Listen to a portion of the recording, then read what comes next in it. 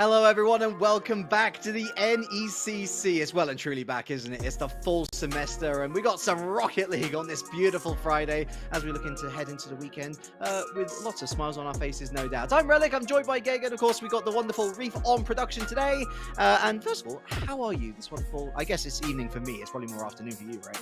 It's getting into the evening hours just about. I'm doing fantastic though. Fantastic crew, fantastic Rocket League on the way. Essentially the emergence showcase here tonight, at least for the first couple of matches. So I'm excited to see this action. Plenty of teams yet to prove themselves, as is the case with this first match. So there's plenty to be seen. I'm sure everyone will enjoy it as much as we are about to. Absolutely. So just, to give you a bit of context here. So we are in week 2 of the NECC. Of course, we do not cover week 1. It's activation week.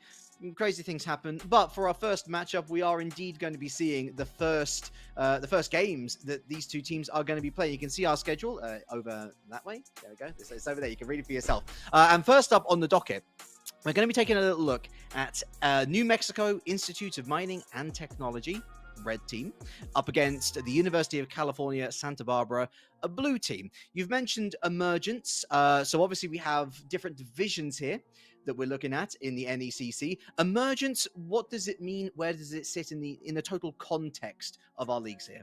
Yeah, so in terms of the divisions, right, we have champions, the upper echelon, challengers, emergence fall below that, and then you have navigators down below. Emergence is going to be your players around that champ, high champ, maybe breaking into the GC area. So these players are experienced and they have great skill at the game. They're able to pull off fantastic things, but the question for these players is consistency in these matches. How often will they be able to maintain that peak form in these matchups? Because there will be moments where mistakes are made, but they'll need to be able to capitalize on those just as effectively. So you'll see a lot of volatility in this play, but still great skill on display here.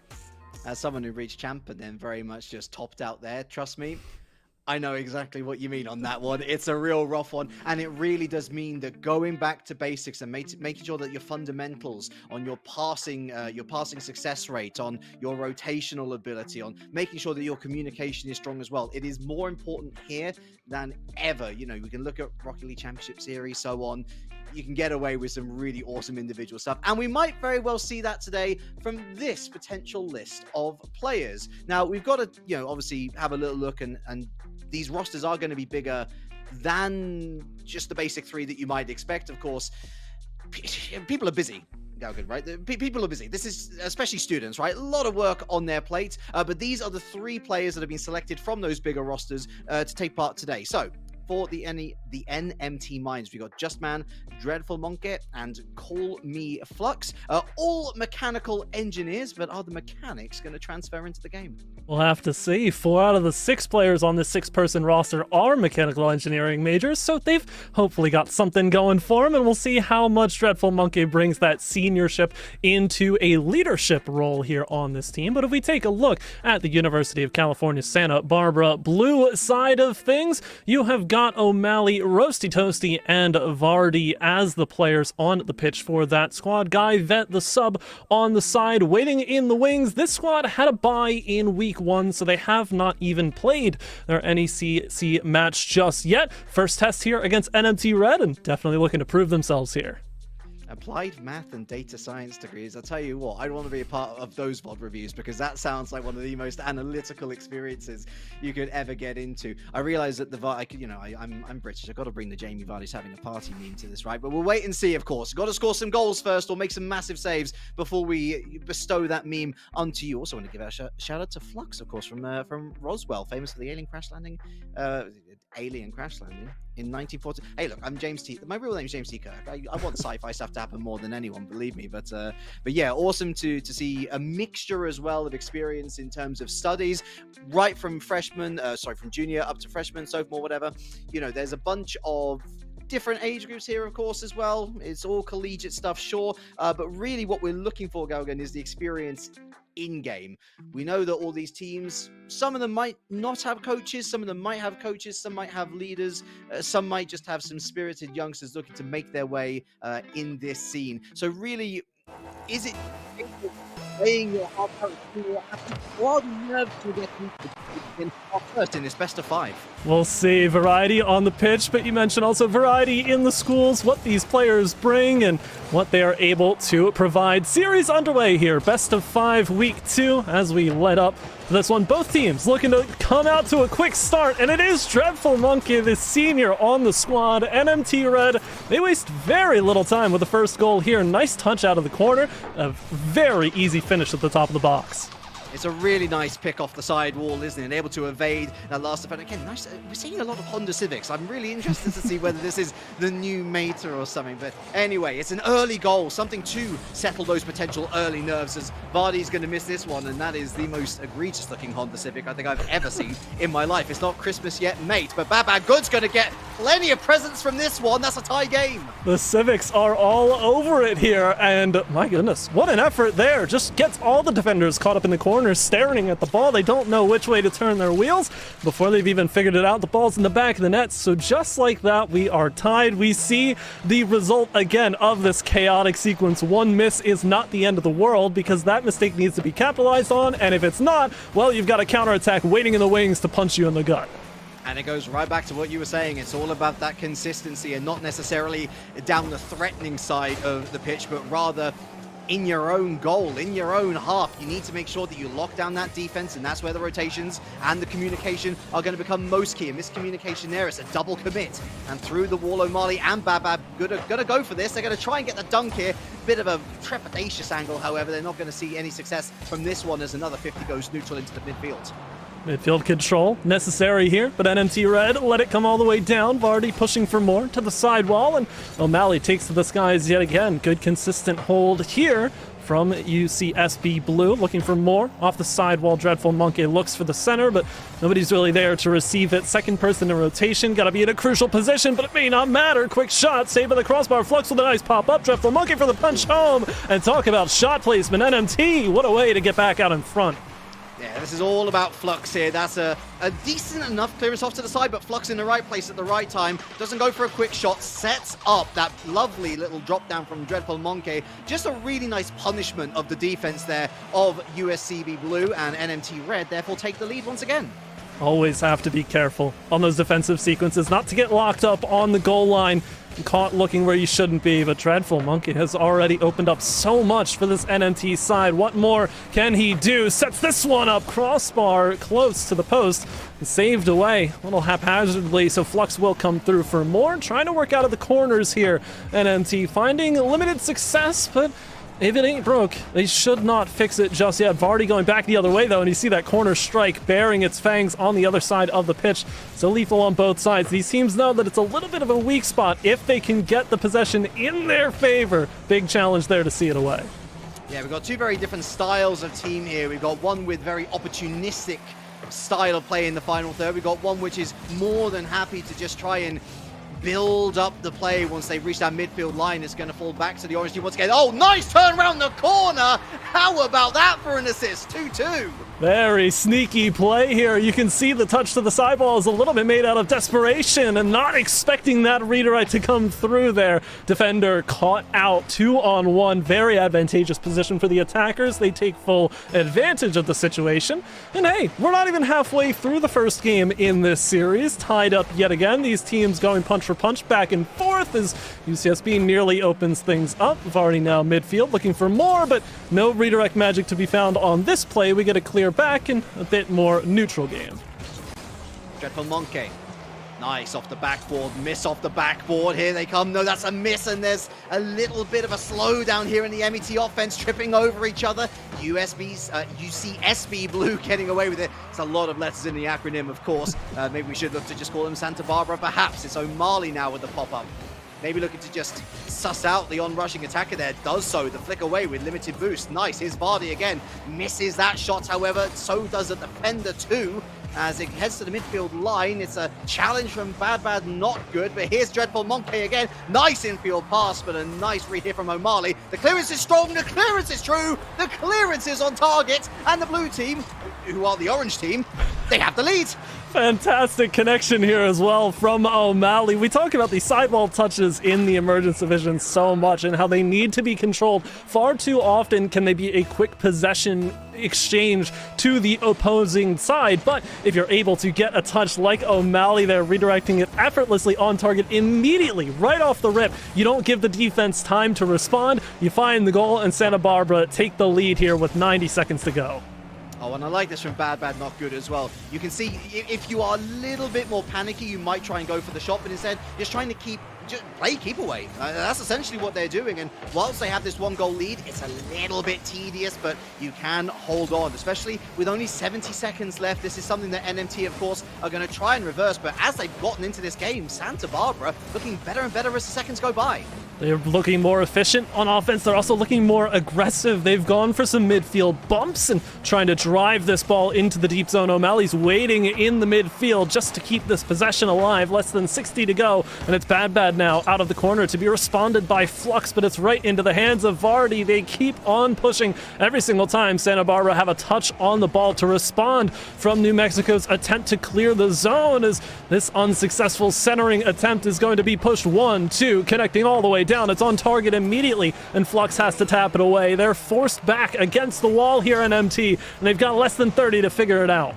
Well, that's a nice clearance off the backboard. It's a decent touch. Flux around the corner, looking for that infield pass. No one on the end of it. No one willing to commit. They're a little bit scared here, New Mexico. Worried about committing, but you're into the final 20 seconds. All you can do is commit to try and force that overtime. It falls loose to Flux. A nice pop-up around Vardy, who's back in net. Nice pop-up again from Flux. Where is it? Oh, it's there! And O'Malley with the save. Dreadful Monkey puts it back on target. But look at that. Santa Barbara, they've just about done enough. They come out after being pegged back behind twice, and they take this first game in our best of 5. Brilliant effort. Ooh, and what a save at the final moments. We have to call that out because the ability for Flux to set that up off the near post, that cut in is something that we see, again, to go back to this conversation of what players of this rank tend to do and tend to miss out on. That cut in with the flick towards the near post is so often the killer for defenses. They don't know how to handle that play because they're stuck to the goal line. They can't get to the ball before it hits the post and immediately bounces out to the top of the box, and now they've got to make a hairpin turn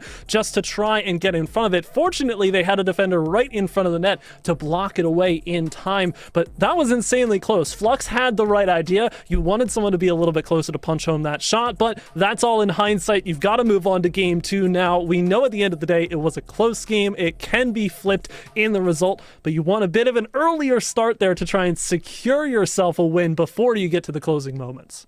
And look, let's not be too critical on the minors either. Of course, we were looking at it. We were thinking, oh, why aren't they risking it a little bit more in the final minutes or so? They need to try and force this equalizer. But that's one of the beauties of collegiate esports, of course, here in the United States, where you have a load of different players with a load of different experience. We've seen rival series, championship series level players taking to the collegiate field, and that's just how widespread we can see the skill levels of these players being. There's going to be a lot of learning done for a lot of these rosters who might very well be playing for the first time together this week. And for NMT, I'm sure that they will continue to learn throughout the series, no matter the result. We are into game number 2, though. We're on to the Forbidden Temple. And for Santa Barbara, it's just a case of pick up where you left off. You've got some good momentum. Let's see it keep on going. It's truly fantastic to see. Lovely. Underway, though. Bad Not Good gets us started. It only takes Santa Barbara 20 seconds, and Flux trying to play this one out of the corner. Doesn't quite favor Dreadful Monkey there on the goal line. Bottom corner is open, tic-tac, and right in to the back. Santa Barbara get the early start.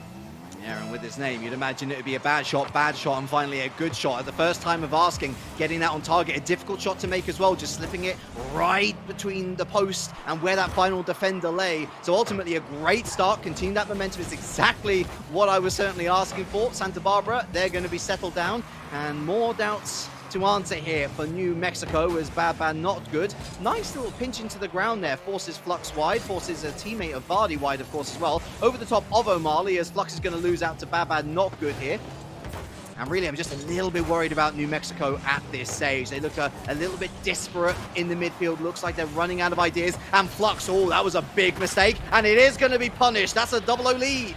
Very few resources there for Flux. Deep in the zone, could not make the initial touch and put himself way out of position to get there for the second. O'Malley punches that home effortlessly almost. And it really goes to show just how comfortable Santa Barbara are. Like you were saying, they look like they're in their bag right now. They're finding touches that they need to, and they look ambitious while doing it, which is so key for this matchup. You see players trying to elevate the ball here, keep it up high, go for those challenges in the middle of the pitch. Dreadful Monkey now pushes this one all the way down, and it takes two defenders just to save it away. Here goes Flux trying to tap down instead of taking the shot, but the shot will not come through just yet. So Santa Barbara, they hang on defensively. 2-0 lead for now, and you can tell they're starting to get into a rhythm. And that is a substitution out, actually. So just T-Man was in there for game number 1. It's going to be Kapisimu in. So clearly fancying a change and maybe suggesting why the rotations were a little bit off, at least early doors. It's 4 goals unanswered for Santa Barbara, if you consider the end of game number 1 and the first half here of game number 2. And it's something that we also see in Collegiate Rocket League. It's a lot of substitutions to utilize. You want to make sure that all of these players are getting at least their time in to try and figure out what the best roster is moving forward. And really, you can only do that in your first matchup of the season, which both of these players are enjoying. But certainly for Santa Barbara, they're going to take that all day long. They're keeping their roster the same. They're looking great. And as we head towards halftime, they're looking for their third. Nice drop down, almost on target from Vardy, and there is number 3. There it is. Vardy has a pretty easy cleanup here, but it's the threat of what could have been from Bad Bad Not Good up there for the double. You see one defender already went. Flux was waiting on the side at that near post as well to try and contest for it, but fortunately backflipped out of it and left the net wide open. Vardy with a very easy punch home, and Santa Barbara look like they can do no wrong there. They're continuing this oppressive play style. You can see the early challenge. O'Malley rips one right under the bar, and that's a beauty of a goal if I've ever seen one. And it's a difficult shot to make as well, considering the amount of power plus accuracy that you need to get there. Lovely, beautiful, and weighted to perfection. It's goal number 4, and we've not even hit halftime. Ooh, my goodness. NMT still searching for answers right now. It feels like they've been locked out in a sense, as yet again the ball enters towards the back of their half, and Bad Bad Not Good is just feeling so confident here. O'Malley though forced out, and Vardy into this 1-on-2 now towards the side, but you see how much space Santa Barbara are given to recollect themselves. O'Malley right spot at the right time to get a big clear, could get a piece of the second one. Bad Bad Not Good is there as well. So every single time New Mexico is looking for some sort of touch to give themselves some space, some room to breathe in this matchup. A touch comes out from Santa Barbara, and all of that momentum is canceled out. One errant miss here could lead to something, but defenders get in the way and erect a brick wall right in front of their net. And we see this a number of times here where Santa Barbara do leave the ball loose like that, and it's just a simple case of New Mexico not punishing as soon as that possession is loose. And even when they're right in front of net, they're starting to miss the shots that we saw them execute quite nicely in game number 1. Is it a loss of confidence? Yes, maybe, but that confidence is only going to grow by continuing to create the chances. It's another hit to the backboard here, but Santa Barbara, you can tell that they're comfortable, not even looking to pressure, and that's a rule 1 or rule 0 that they're observing there, depending on when you decided to join the Rocket League / Saab PC scene. Unfortunately, it continues to mean that NMT Red not getting much purchase in this game whatsoever.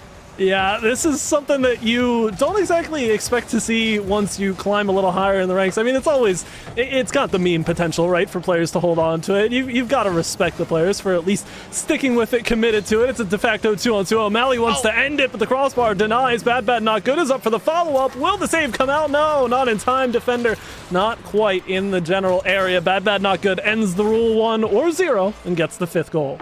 That's a ghost touch, unfortunately, for Kopsimu. Actually, no, it wasn't a ghost touch. You can see they're looking to try and get the backflip, but ultimately would have just been a little bit more prudent to slow down and make sure that you hit that ball head on. You get a stronger clearance. You make the clearance in the first place. And unfortunately, with the better part of 50 seconds left of this game number 2, you have to say Santa Barbara well and truly in the driver's seat. That could very well have gone in on another day. And now it's all down to New Mexico. You've got to try and reset yourselves, figure out what you want to do. Is there going to be another substitution potentially? But it's got to be a reverse sweep from here to find any success and to take the dub at the end of the day.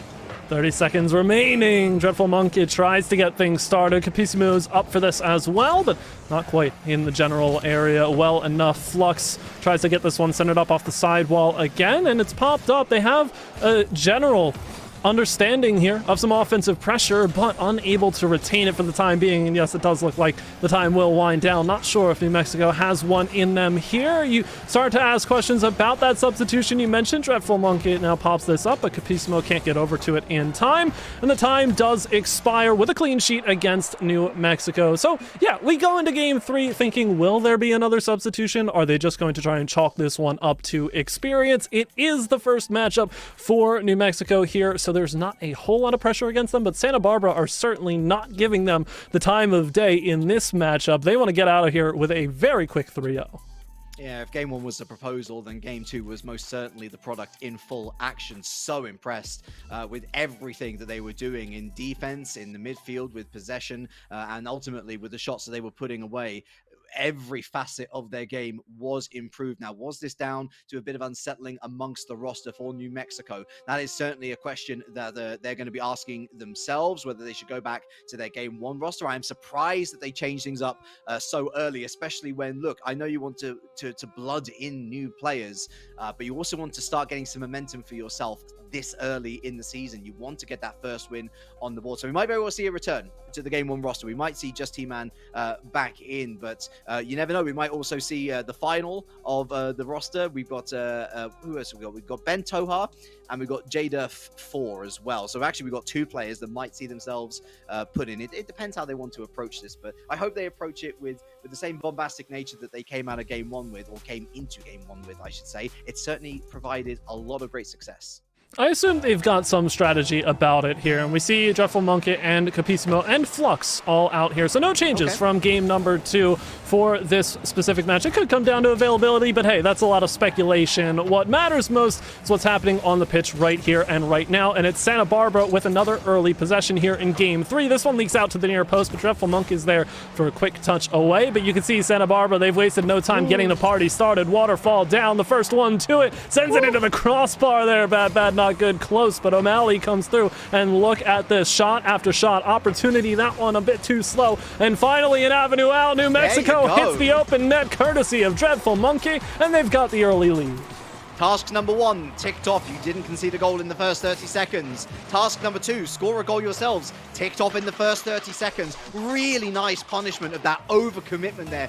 Santa Barbara almost a bit too eager to try and get themselves one up that early on. And for New Mexico, that is exactly the shot in the veins of confidence that they would have liked. And I actually really like that they've stuck with this same roster as well. It gives themselves some continuity, whether it is just a selection situation, whether it's a schedule situation. Either way, that is going to be a big smile on all of their faces as they continue on in game number 3. It absolutely will be, and it's so crucial here, especially when you look at Santa Barbara and you question whether or not they're being over-aggressive, because you like to see the confidence from these players going for things that they know they are able to hit on their best days, but at the same time, you know there's always the chance that they end up missing, and if New Mexico's keen enough to challenge at the right times and block it away, then power to them. But here's a big challenge deep in the corner, set up for Bad Not Good to try and tap, goes wide with it, and will lend itself to O'Malley. Demo nice opens demo. up the space, and the upper 90 was nearly slotted there for the shot. O'Malley has had a very little issue with sending quality shots on target. That one just barely missing, but Santa Barbara, they're already churning to try and get this equalizer.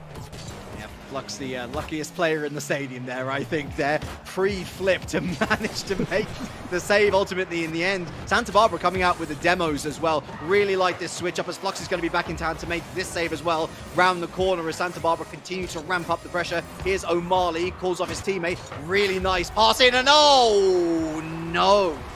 Not going to want to play this one back.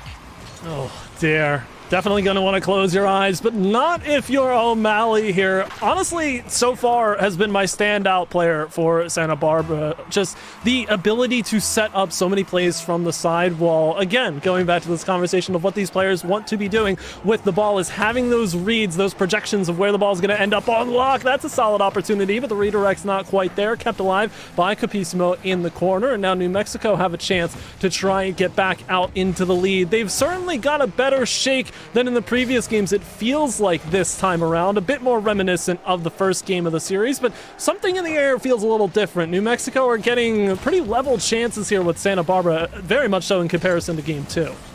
Yeah, but the problem with New Mexico right now is they're struggling on the boost situation. They're really struggling to communicate with each other. And once again, a miscommunication there. Both players going for the same ball, but guess what? Vardy, poacher in real life and poacher in the esports world as well, it seems, gets there ahead of everyone else. And now you're looking back on that own goal. Once again, doubts creeping into your mind. New Mexico simply cannot allow that. We've just passed that half-time. It's still a one-goal game, and you've simply just got to talk more and try and fashion better chances. Here comes Flux round the corner, but a lovely bit of interception there from O'Malley. The full clearance coming through, I should say, from Bad Bad Not Good. And it's such a tough look on the previous goal. I just want to mention that very briefly because the player's tendency to go to the goal line rather than the backboard. Bad Not Good, though. It's not giving them any time to get any which direction here on defense. New Mexico forced to watch another one in as Flux goes for the challenge, and it falls right into the hands of the shooter O'Malley, running a diversion there as well across the net. But it's good enough. Santa Barbara out to a 2-goal lead, and now we start to get into series clinching territory. Yeah, not just a diversion run, but also a great blocking run as well, putting themselves right in the way of that defensive passage that they had to try and navigate. So ultimately, picking off 2 birds with 1 stone. And once again, Santa Barbara in the ascendancy. What can Dreadful Monkey do? Got 38 boost.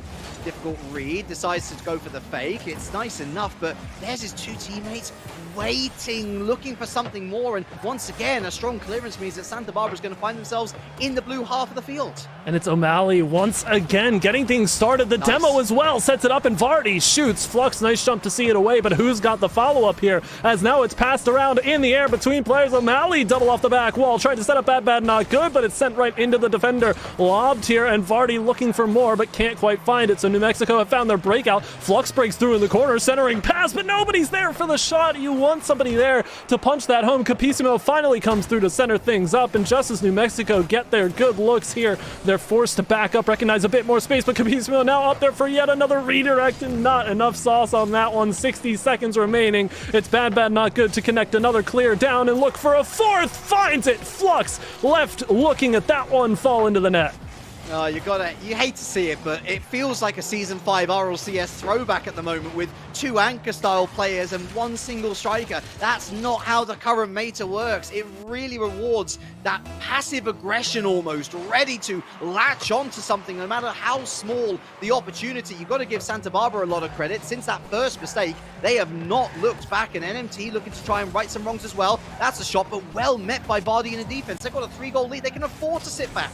And challenges are so important here to New Mexico, but they rather take the clean opportunities if they can find them. The problem is, Santa Barbara's been all over the ball. They get this to the sidewall as well, and with 30 seconds to go, Dreadful Monkey now has to make an unfavorable touch out to the sidewall. That Vardy is all over yet again. Back wall, and Flux plays this out. That's 2 gone. But how quick can they convert this opportunity and try and get something going, because time is working against them, and they need this ball to teleport into the back of Santa Barbara's net if they want any shot at this series. Unfortunately, it's gone the other way, and Santa Barbara, courtesy of O'Malley, have secured this series. I'm afraid that's hook, line, and sinker for New Mexico. Martin is here as O'Malley. It was a desperate challenge there from the final defender. O'Malley just goes underneath it, keeps the shot nice, low, and precise. It's a 5-1 scoreline, not the clean sheet that they had in game number 2, of course, but you're not going to care a jot when you got yourself a 4-goal lead heading into the final 10 seconds. It's last hope saloon here for New Mexico, trying to save some grace, but unfortunately that grace has been spent as our first series here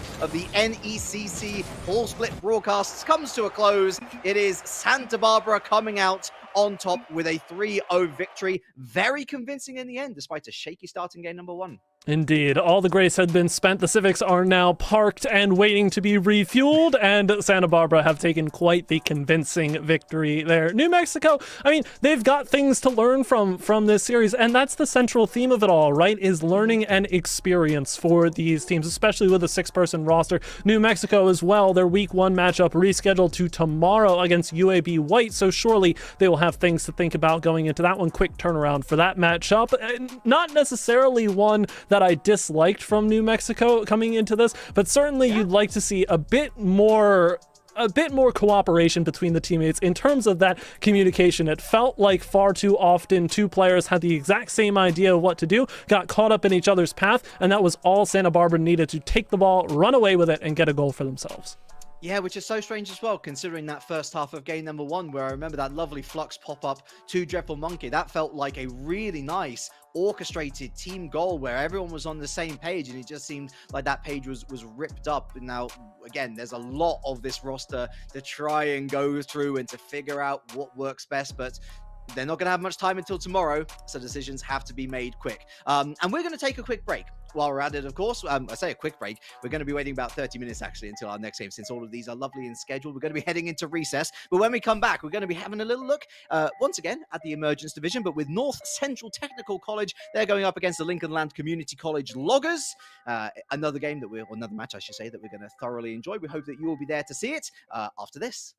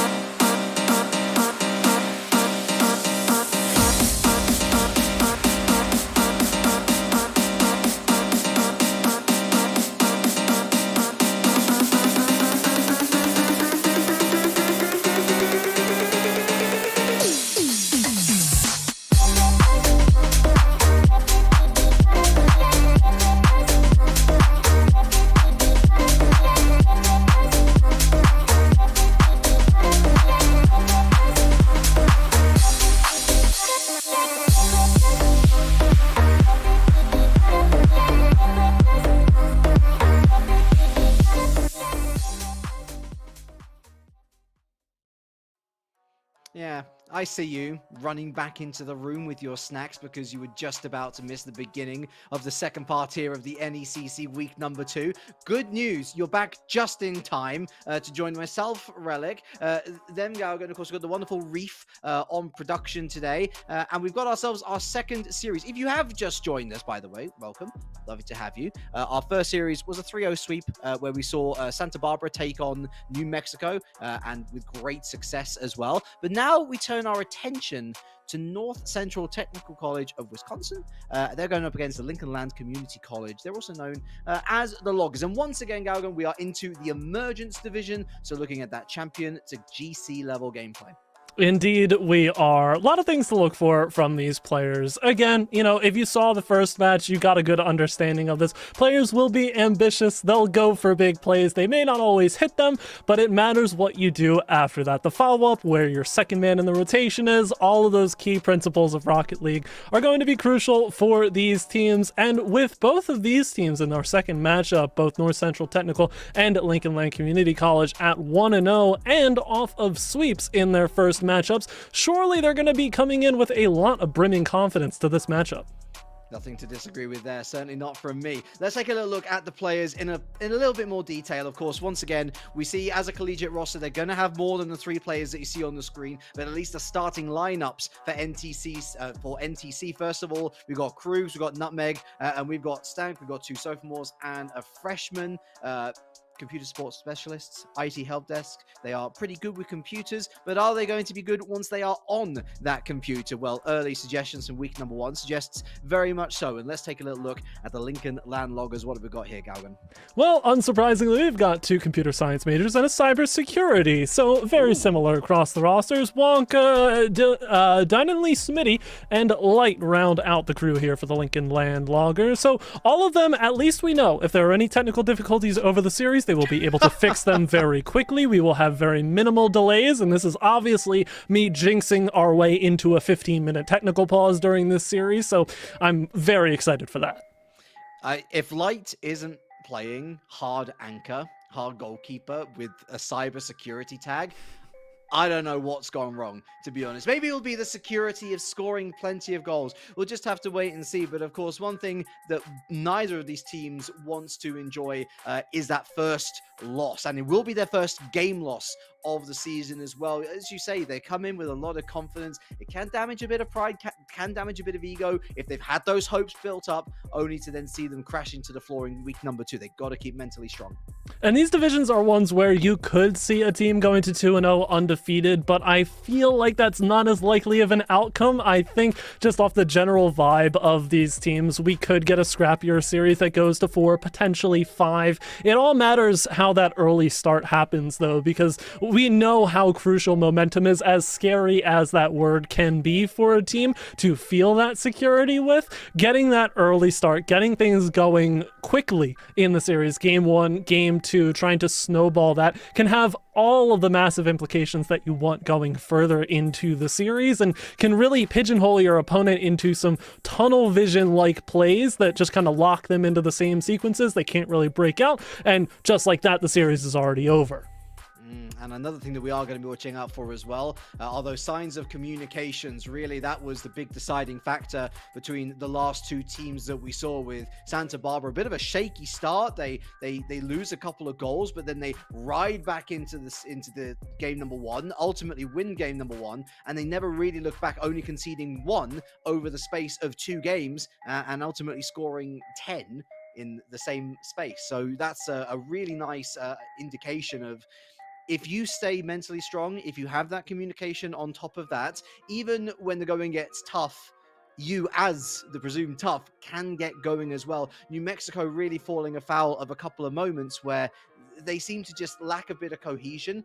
When it came to attacking, there would be a ball that would arrive in the center, and there'd be no one there to latch onto it. And okay, you might find a defender in your place, but at least you are putting the opportunity on target and making your opponents work in the defense. And on the opposite side, you mentioned the defense right there. That was another thing we saw New Mexico struggle with just a bit, because while there wasn't really a true midfield presence or top of the box presence to take a shot on the defensive side, there was a little bit too much of a presence from New Mexico, to the point where players were too close to each other. They were not off of the goal line in time for the shot coming through. I mean, that obviously was going up against players like O'Malley, who were just able to completely rip shots from every conceivable angle right under the bar. So very many things sort of built up there against New Mexico in the series, which brings us to the talking point of adjustments to make against your specific opponent, because it doesn't become enough to play solid Rocket League at a base level. You've got to play Rocket League that counters what your opponents want to do, not allow them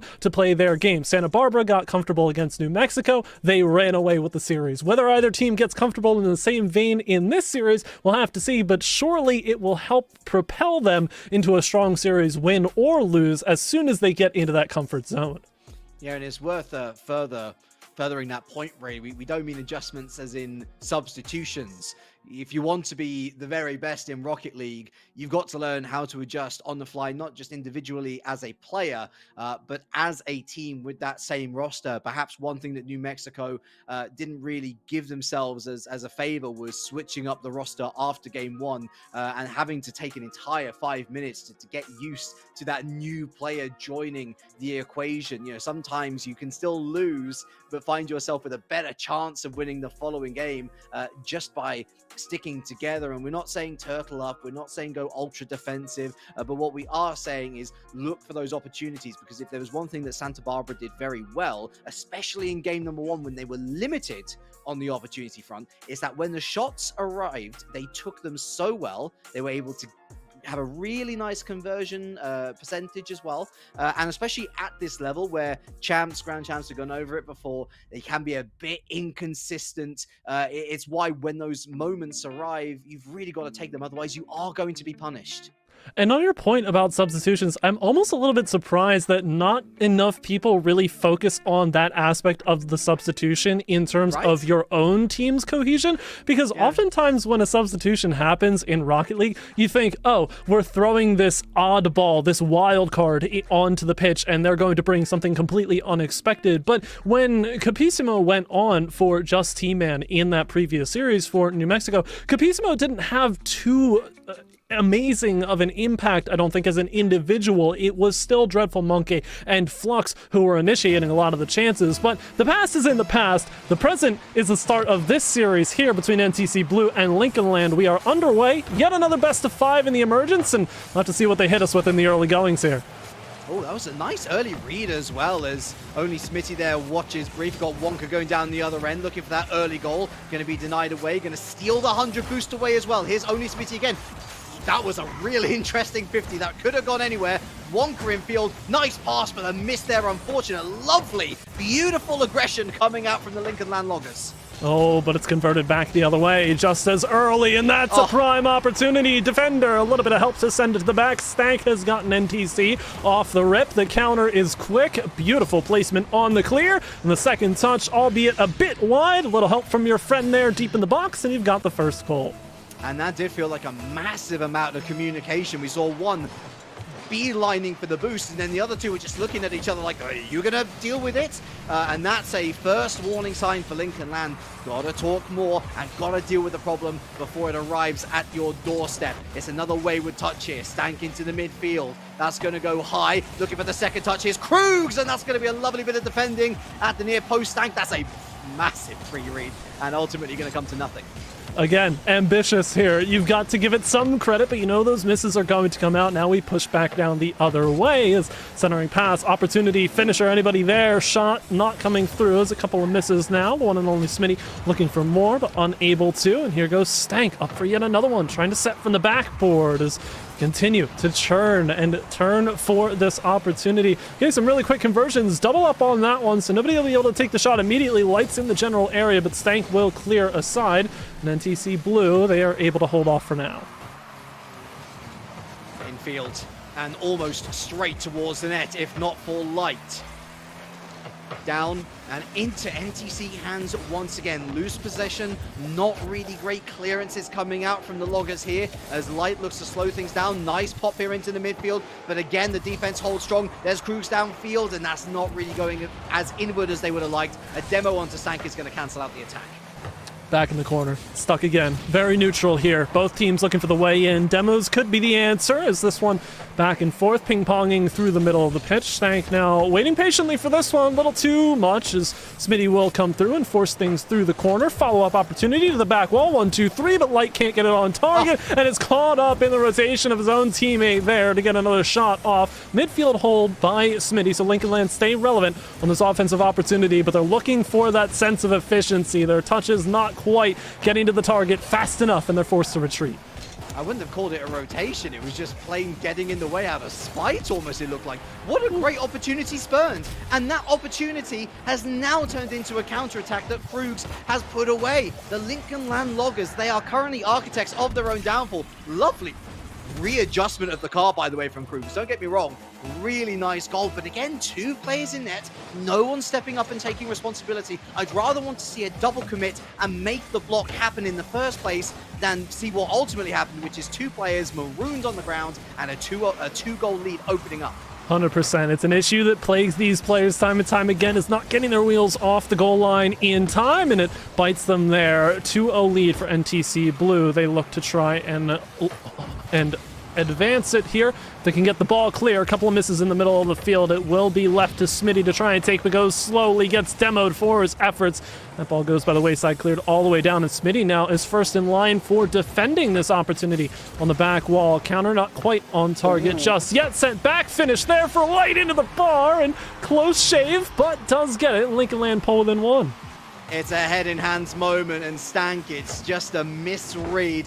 Difficult when your back's to goal. You either try and backflip it, essentially, so that you've got your front facing the ball, or you do what he did. What he did was correct initially.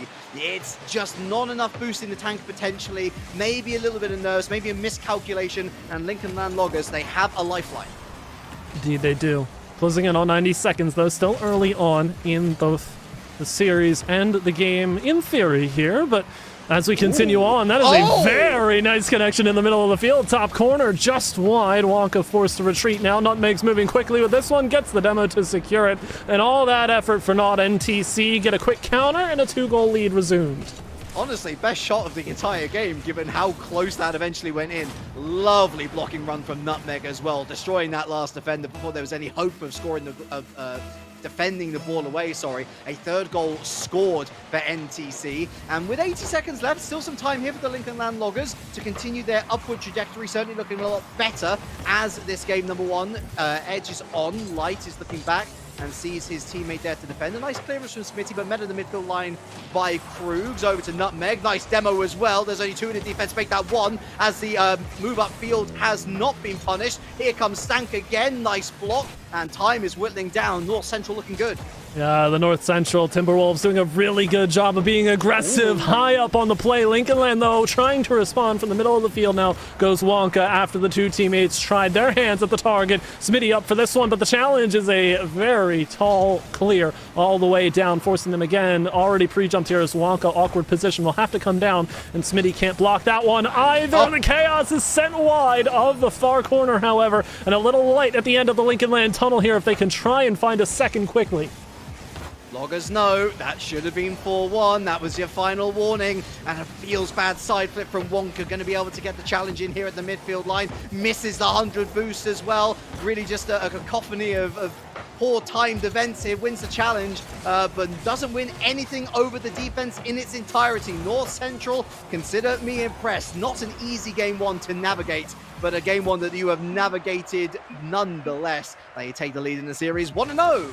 Certainly done some solid work there to hold on. Lincoln Land had a plethora of opportunities to try and punch back into that one, but just as equally, North Central had their own looks. That one that went wide that you said should have been 4-1, it very much should have. It wasn't, but North Central still able to hold on to their lead. And again, we get back to this central theme of something we saw towards the first match of tonight, a close game number 1. A little bit more distant here as North Central get that win by 2. 2, but for Lincoln Land, you know, the answers are somewhat provided here. They are a 3-person roster as well, so we're not really going to get into substitution territory here. We're going to see a very similar playstyle likely come up here, but something I loved from North Central in game number 1, the aggression, the demolitions. Stank was going for a ton of them after scoring the opening goal for North Central, so to have an impact player like that on your roster, Lincoln Land will surely look to replicate that on their side.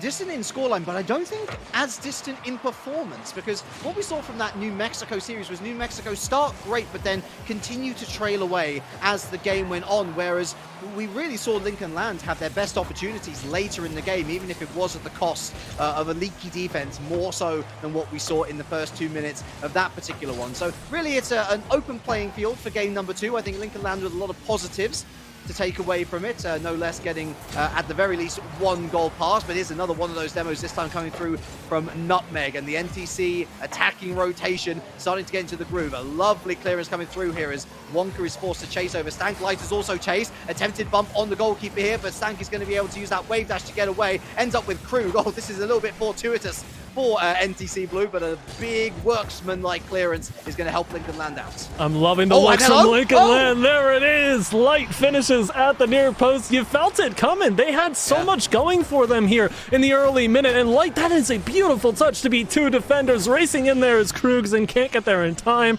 Lincoln Land, they get the first goal. Styling and a rare miscommunication from NTC. There were 2 players within about 5 meters of each other, and that is ultimately, with that one maneuver, able to just unlock the defense. There was even backup for Lincoln Land had that initial shot not gone in. So looking a lot better, continuing that upward trajectory as we were asking for, looking for a shot near post was Light, but that pop-up, that's a massive overcommitment. We can see that Smitty's back in town, but not quickly enough. The door wasn't closed, and the entrance was there for Nutmeg to step right on into. And what a finish. Look at the flick to open things up. Keeps it airborne all the way down towards that near post. Impressive in its own right, but the fact that the defenders were in a relevant enough position, just couldn't quite get the nose of the car to the ball to save it away, is all the more impressive as they've evened things up here. Still early on in game number 2. North Central Technical not going down without a fight, but they may be down by 1 yet again. Wonka picks the ball up and scores. Rather than looking at their own performance, they've looked at their opponents and thought, hey, let's do that. Wonderful bump on the keeper, and Wonka just steps in and says, hey, that's a free net for me. Thank you very much. That's a 2-1 lead, and Lincoln Land are here to play.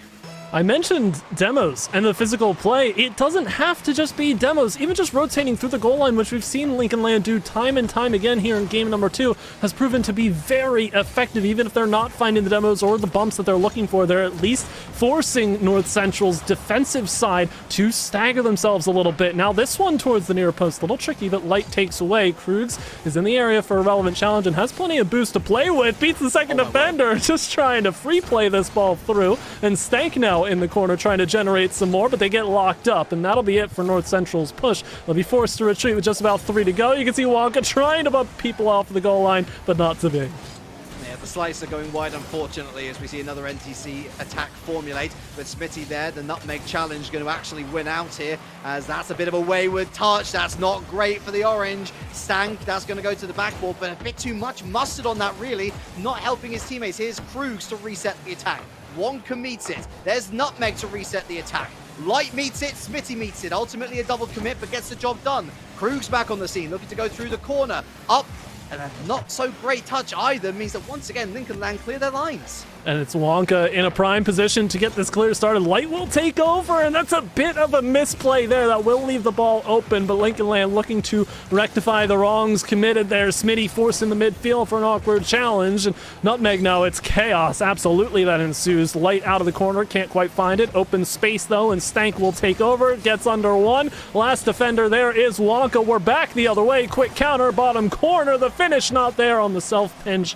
So many opportunities back and forth. Counters are putting the ball on target very quickly here. Defenses are having to scramble just to save away the initial touch, but Stank emphatically punches it to the top corner, and we're tied again.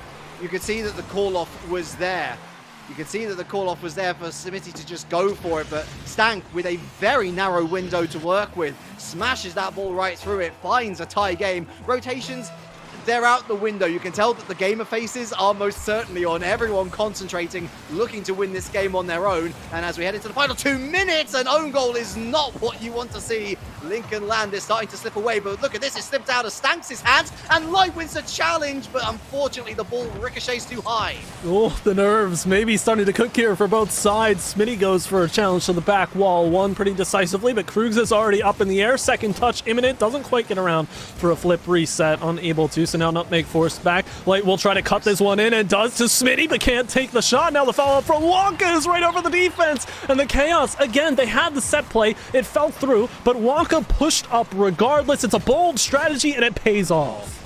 You can see here Nutmeg, ironically enough, because Light, although it was a bit of a mess up on the first attempt, because Nutmeg was still rotating through the goal zone, you have Nutmeg on the line there like, oh, there's a car in the way. And that is what ultimately sets up the final shot. And here's another one. Oh, it's off the post. You can almost hear the ping effect as Lincoln Land threatened with a fourth. Oh, such an unfortunate circumstance, but they've still got the goal lead, headed closer and closer to the final 60, so they've got to like their position from here, but North Central not going to let them have it for free. Krugs is up in the air. That's a nice level of control to the top corner, but Wonka equally challenging that one. Light taps it towards the net, and a tricky situation now, a bind that Lincoln Land have put themselves into. This one challenged on target, sent away. Krugs now to the corner, going off the back wall, but Nutmeg has already turned off. That's going to be an awkward angle to try and bring this one back in from. Stank is going to do his darndest, though, to try and get it from the corner, and Light connects on that side wall clear. Nearing the final 30, Lincoln Land give themselves a little bit of space, but North Central, they are certainly raring to go to try and get this equalizer. That double, though, might not help things.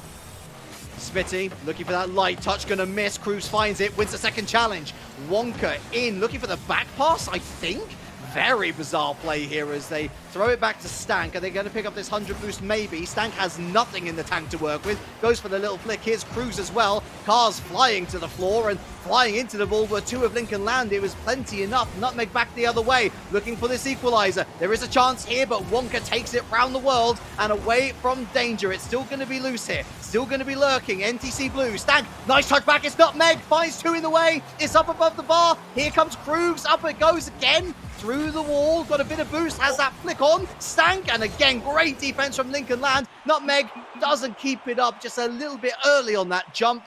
Lincoln Land tied the series. What a game two. Oh, what a way to end game two there. Very close calls. Lincoln Land, they're able to come out on top. North Central had a couple of looks. They did a, honestly, very solid job given the circumstances there. The challenge from two defenders sent over to the other side, and Krugs with the effort just to keep that ball alive, but the clears were just too much. We are all even in this series. It's what you love to see, too, because you know these teams can go for it. You know their power from their week one results, both sweep wins over their opponents, so they are going to fight tooth and nail, scrap through to get off to this 2-0 start. I'm loving what I'm seeing from both squads, though. It just screams resolve to me. They've got that ability to come back in the face of adversity.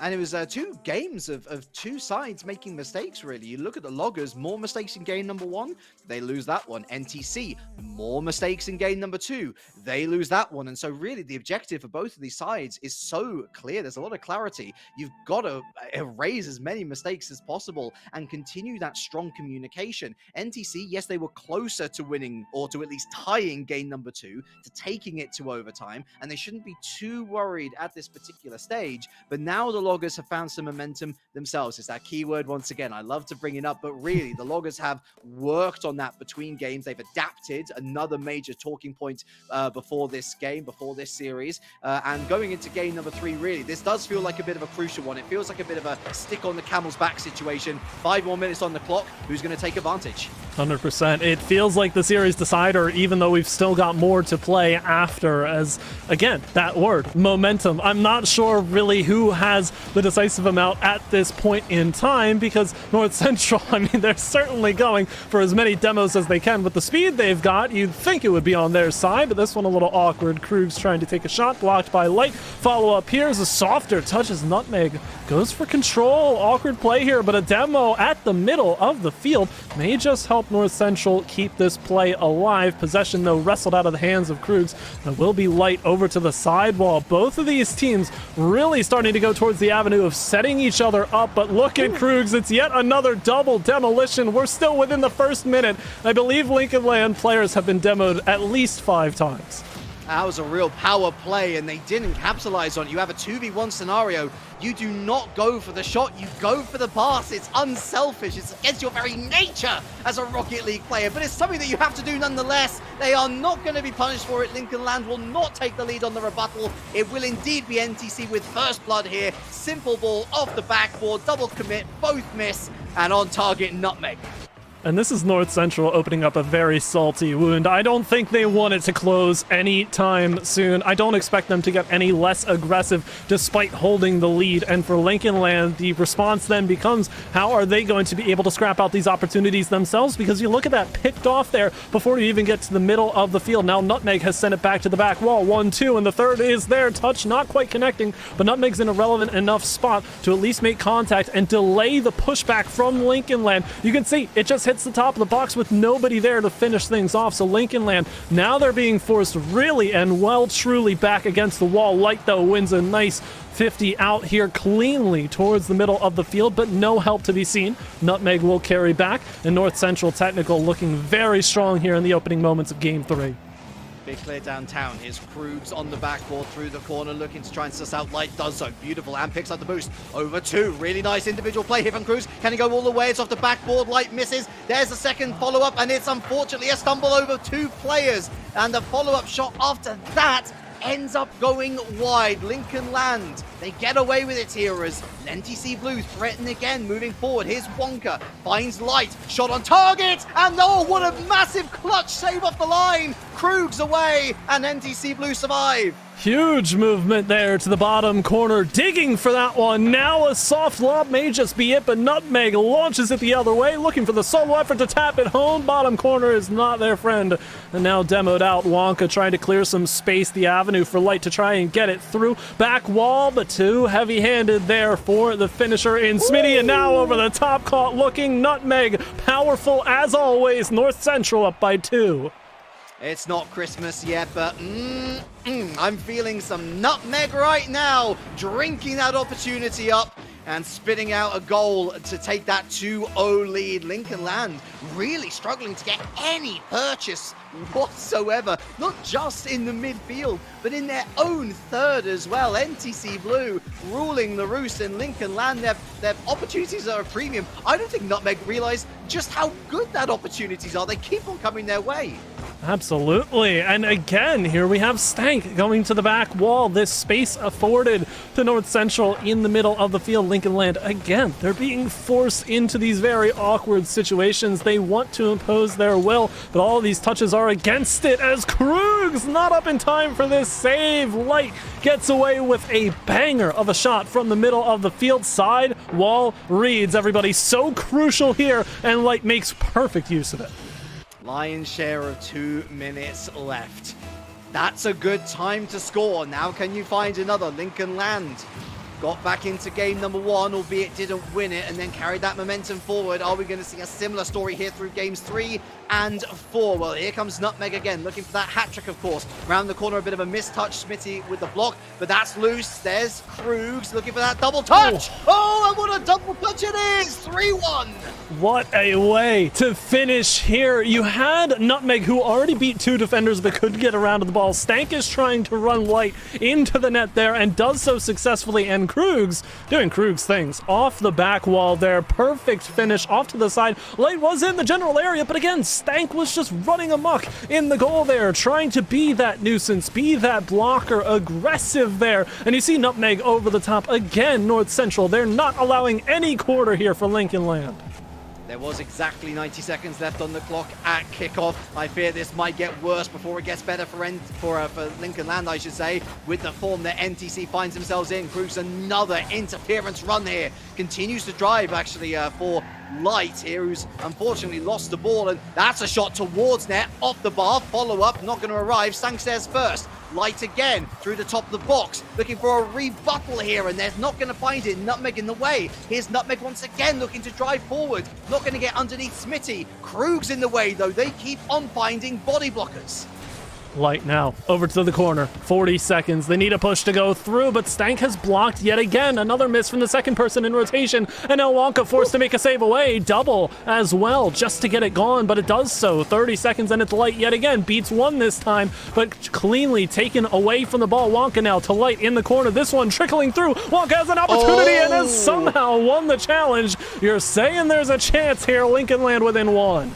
It's not about how you score them, it's just about if you score it anyway.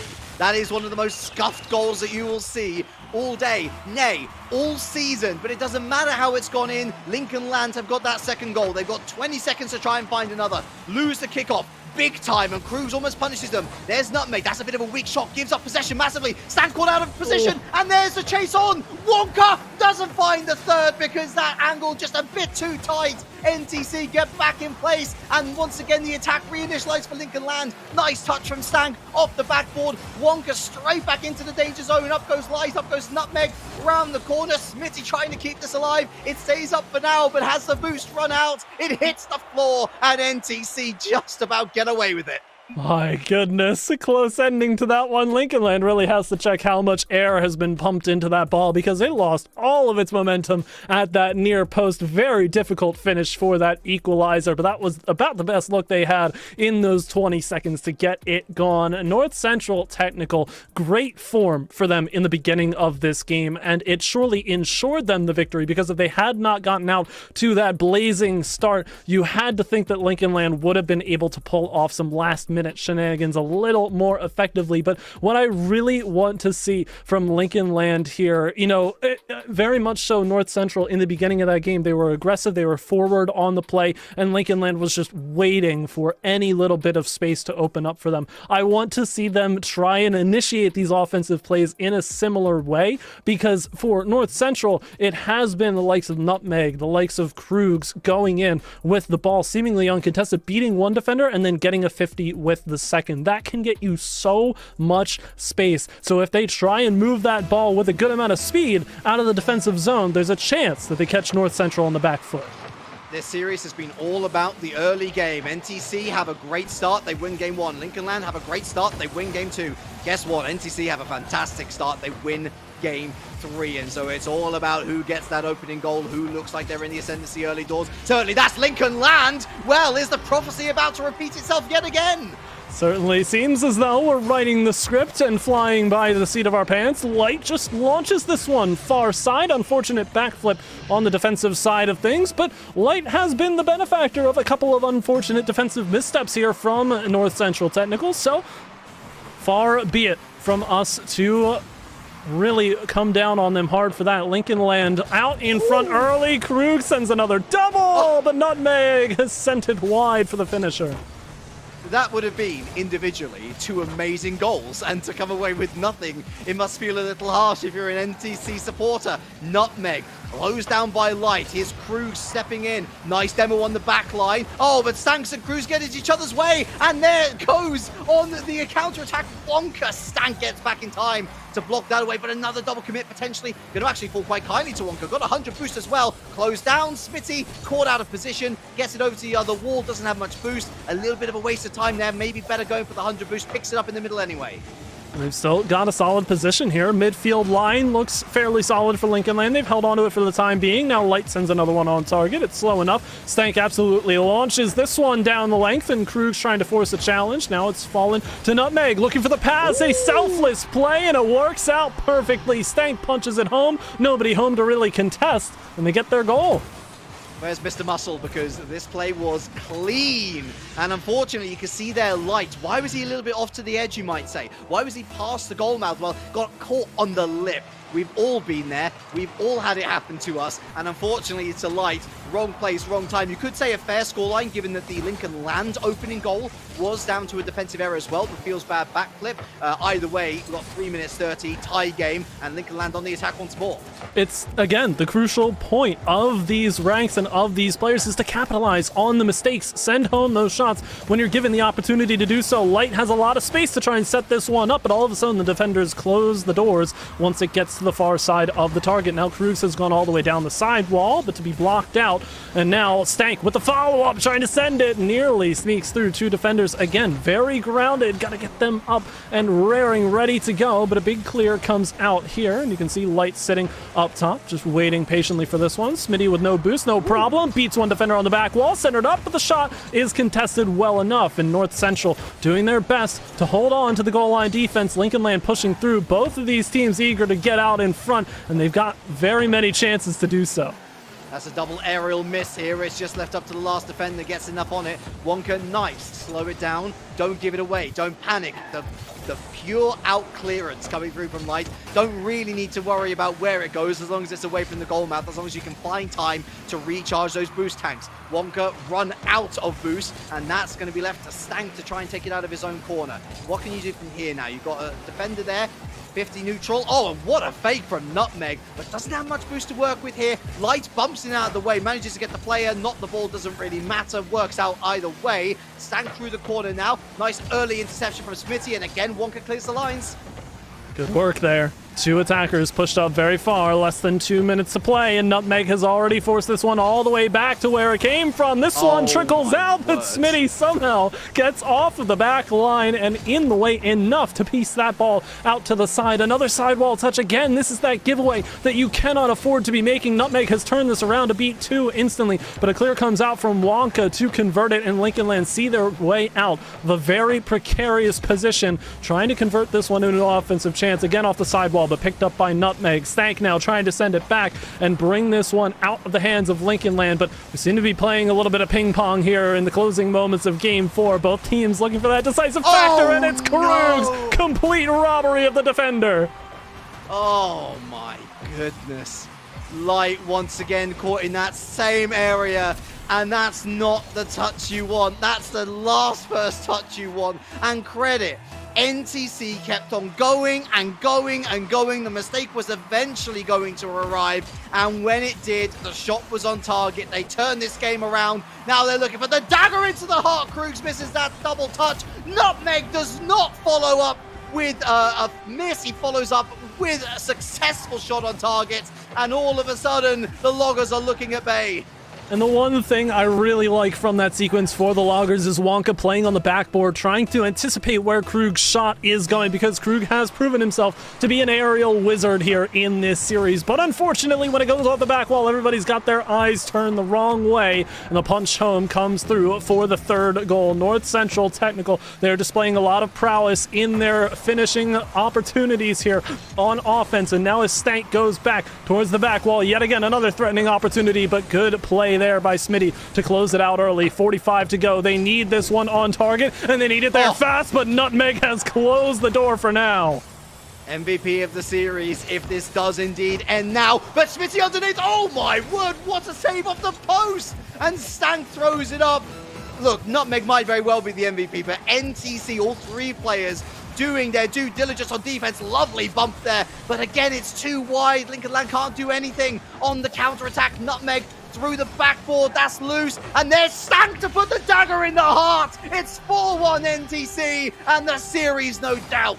What a finish. Nutmeg with the musty to set it up, and Stank just sends it in from that very tight angle. Post to post, go NTC. They close things up 4-1 with 16 to play. Lincoln Land, it's a shame they strung together a plethora of opportunities there in the final minute, but it was too little too late for them. Maybe even one more for the road. Stank will send yet another one through. NTC, an emphatic way to end this series. One team had to pick up their first L in that particular column, and then sadly for the Loggers, it will be them. For NTC, the road of success is continuing to be paved in front of them. They have had a difficult series. I think that perhaps 3-1 doesn't quite do it justice. I think on any other day, this would have been a 5-goal game, as Light's going to pad his own stats. A couple of big, costly mistakes from him. Shouldn't feel too harsh on himself, I don't think, because all three of these Loggers players did play well themselves, but it was ultimately down to that accruing of mistakes on the side of Lincoln Land that has led to the ballooning of the scoreline that we have seen here. It's certainly what let them down in game number 2, I should say, as well. Oh, sorry, game number 3 and game number 1. In any case, NTC, they are the ones that come out with the win. Well deserved as well, especially at the beginning. We were looking at Loggers. We were looking at that early goal. We're thinking, surely. But no, they break the prophecy and go into week number 3 with a 2-0 win-loss ratio. There we go. Yeah, and I love your point as well about things to take away from this series, because for Lincoln Land, you know, especially of players of these ranks, sure, it can come down to a baseline skill difference. If you have a player, especially I think of Krug's, Nutmeg as well, all 3 players on NTC were doing great jobs of offensive initiation, which can be a difference maker in these series. But for Lincoln Land on the other side, sometimes it truly comes down to how you're playing on the day of. I feel like on a different day, this series could go closer and potentially go the way of Lincoln Land. They dropped this one, but certainly this is a matchup where I think Lincoln Land would be hoping for a rematch to prove themselves yet again that they can take down NTC, because the opportunities were there. Unfortunately, the mistakes that costed them a bit too heavily when it mattered most, and that well and truly is what it all comes down to. So NTC, great job on capitalizing on those opportunities and creating them on your own. You've done a fantastic effort to play well on every aspect of the pitch. They are your series winners, and very well deserved. Well, that's all from me, but it's certainly not all from Galgan, as we still have another 2 series coming up for you here in the NECC's Rocket League week number 2. You do not want to miss it. Be sure to get up, stretch your legs, get some water into your system, of course, but you do not want to miss the rest of this week's action. As you enjoy the rest of your Friday night, I shall bid you adieu. NECC, back after this.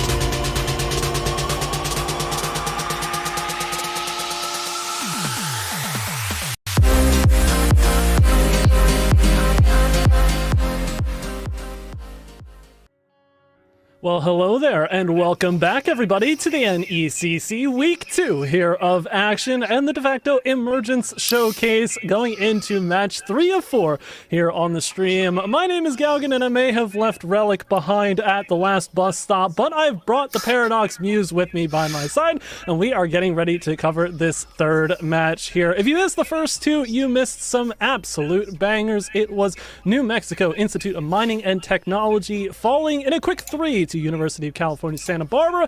And then our second match was the Lincoln Land Loggers going down in 4 to North Central Technical College. And you can see the schedule over on my side over here, where we have our final match still waiting in the wings, NMSU White versus SWOSU Blue. But Paradox Muse, first of all, I have to ask you, how are you doing on this fine evening? And second of all, we've got NEC Red versus Assumption University Esports here for the third match. Are you ready for it? Absolutely. No, I'm super excited to see this matchup of Massachusetts. Going into week 2 and everything, my own school coming from Massachusetts as well. So I got to see these guys battle it out, especially, like NEC's that like Eastern Mass versus Western Mass. So for those that don't really know anything about New England, like definitely a big battle out there with those two, Worcester being like a big city now out west. So Assumption's probably going to want to take this, especially missing that week 1 matchup. And NEC is probably going to be looking for a nice clean sweep after their barn burner of game 1. You love to see that little rivalry. It builds context into the series here. And let's take a look very quickly here at the players we anticipate to take the pitch for these teams. First up, we've got NEC Red. It is Mr. Nick, Josh Ulrich, and Thugger. You can see 2 sophomores and a junior. Majors ranging in a pretty wide array there for this team. But again, we get to this conversation about how much leadership will this team be bringing in, courtesy of that junior, the older one. Obviously, their sub being a freshman, She-Love Horton. So it remains to be seen, obviously, in this best of 5, who is going to emerge as that star player. But we head on over to Assumption University Esports here and check out their players as well. Paradox Muse. Anybody stand out here? I mean, we've got some, honestly, a very interesting Spanish major for the first time. I was going to say the Spanish major. That's awesome. No, and seeing the junior coming out as well, you're seeing a lot of those like high sciences and the math, like the finance majors as well. So I like that we're actually seeing a lot of juniors between these two matchups. So you got a bunch of these students that, they're sun's setting on their college career, so they're going to be hungry to get those wins and maybe a little more motivated to practice. So we'll have to see where they come out here.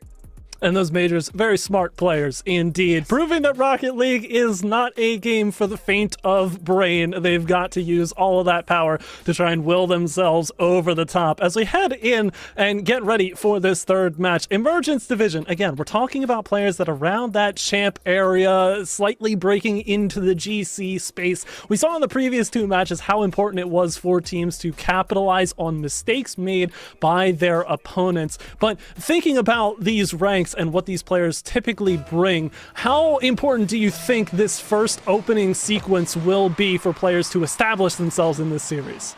Yeah, technically when we start seeing those ranks, especially right in that like champ division, right, you really want to come out with a fast and furious start. If you're not taking that early lead, you can lose it. It's hard to like gain back the momentum, especially in these types of series. So and we are underway. We'll see who gets off to that fast start as things have somewhat settled here, but for Assumption, they can't help but continue this push to the back wall. They're still looking for more. Turn around, quick shot there. Mr. Nick forced to make Fantastic save, middle of the target. You like to see the defenders elevating here early, not getting stuck with their wheels down on the ground. And NEC, for the time being, doing a good job of keeping Assumption out of the net. Touch goes wide from Avery, and they'll be forced to look for more as Mr. Nick finally gets a clear out here, and still within the first minute, NEC Red's going to get their first look at the other side. Yeah, I like to see where NEC was actually holding on to their boost quite well. It looked like they were really trying to waste it early, but afterwards, just getting those big defenses, especially with the nice demo over there on the backside. So now you're giving a little bit more push towards this NEC. I got to clear. Good. Awesome. So I was getting a little scared of an own goal there. Always a risky play. It's so tough to make those decisions from a defensive standpoint, when to play slow and carry it across, but there's no real time to think about it now. Crossbar not the friend of Assumption, and the punch home isn't there from Avery either. So an opportunity goes by the wayside. Clearly one of Assumption's best looks here to get out to the early lead, but the time continues to tick against them, and NEC have been allowed to walk the ball all the way down to the other side of the field. Thugger now goes through to the back wall. No punch home, no big bump, and the challenge will see it away. We get back to a very neutral state here with about 3 minutes to go. And Tyree's been, actually pulling it together a lot for Orange over here, especially because, he's been able to take these big carries just across the map, making sure that he's keeping that pressure on NEC. But you just see a couple of touches also keeping it towards this Orange side. They really got to hit it out of here if they want to make sure that they're going to keep this pressure up on NEC.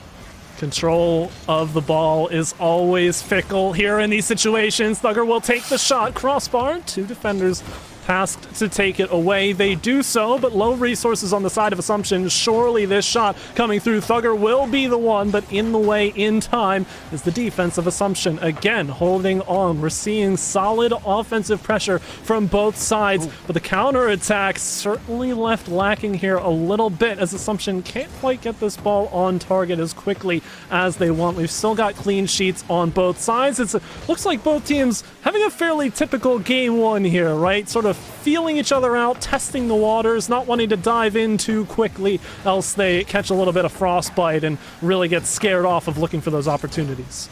Yeah, this just shows, again, the evenness of the divisions here in the NECC, where, you're going to have these two teams that are just super, super even.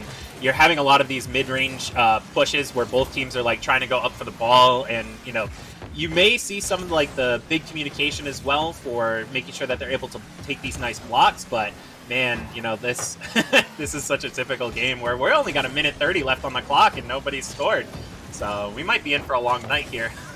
Indeed. Only time will tell. Now sent over to the sidewall. Wanted that touch to be a bit more forward, but Redhead Dude will come through and try and expedite the process. Unable to do so just yet. Off the sidewall goes Tyree, but a concession of possession and sent back and forth down this sidewall. Wrestling, jockeying for position here. Redhead Dude gets it to the back wall. No double is there. Sent off the back yet again. 1, 2, 3. Avery looking to send on target, but it's wide of that near post. We're closing in on the final 60. These opportunities not presenting themselves just yet. We do see a demolition to open up some space for Assumption as they look for the clear. Big challenge as well. And now we start to see these players getting a bit more aggressive. Nice center, but no shooter. You want the finish to be there, but both teams lacking in the clinicality. Yeah, Assumption's been a lot more aggressive in this later half of this game, where at first, again, NEC looked like they were going to be the favorites coming in just because of the pressure they were having on the goal, but now we're really starting to see Assumption pick it up. They're speeding up the ball as well. They're having a lot better touches just in the neutral midfield as well. So, they're doing a really, really nice job. We'll kind of have to just see where where it's going to go. 20 seconds, in no score. It's we're going to be here a while. We shall see. Final moments here of regulation. Assumption seem to have the look at the last opportunity. Tyree sends to the corner. That'll bounce out nice to the top, but Josh Ulrich picks it up in time. Time winding down now. Side wall. It's there for Thugger. Tries to send one last opportunity through, and Mr. Nick keeps it alive. Soft pop, but a nice little triple there to ensure the OT. I feel like the most ironic finish to this is that we end within the first 10 seconds, but given that this ball has ended up in the corner, it's not looking terribly likely, although Assumption have a pretty solid start to this OT. It sounded like you were just about to cast a curse over there, you know?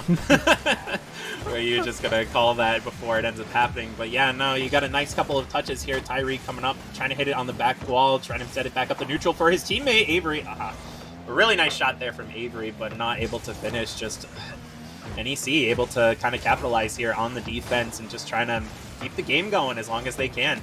Oh, that's a big clear, and it's taken away from the goal line. I mentioned the lack of clinicality from the offensive finishing strikers, but it's also credit where credit is due to the defenders on the goal line. They're getting into the right spots at the right time, taking the opportunities away. Mr. Nick now trying to center this one, but everybody's playing in front of that near post for Assumption, and they're not going to be punished for it just yet. They're forced to rotate back, get this one away again. Tyree now looking for the redirect pass out, and it does find its way to the corner. Assumption trying to establish some pressure here, but they're being forced to work for it. Now in the middle of the field, big challenge goes over the top there from Redhead, and Thugger will get the clear out. Every single push in seems to have a response for the time being. Mr. Nick trying to open up some space, surely gets it over one, and beautiful move there from Tyree to get it going the opposite way, but now two have been beat in the near corner. Thugger goes for the shot, and what a save! It's left there for Mr. Nick, and Tyree comes back out of the net again. We stay going.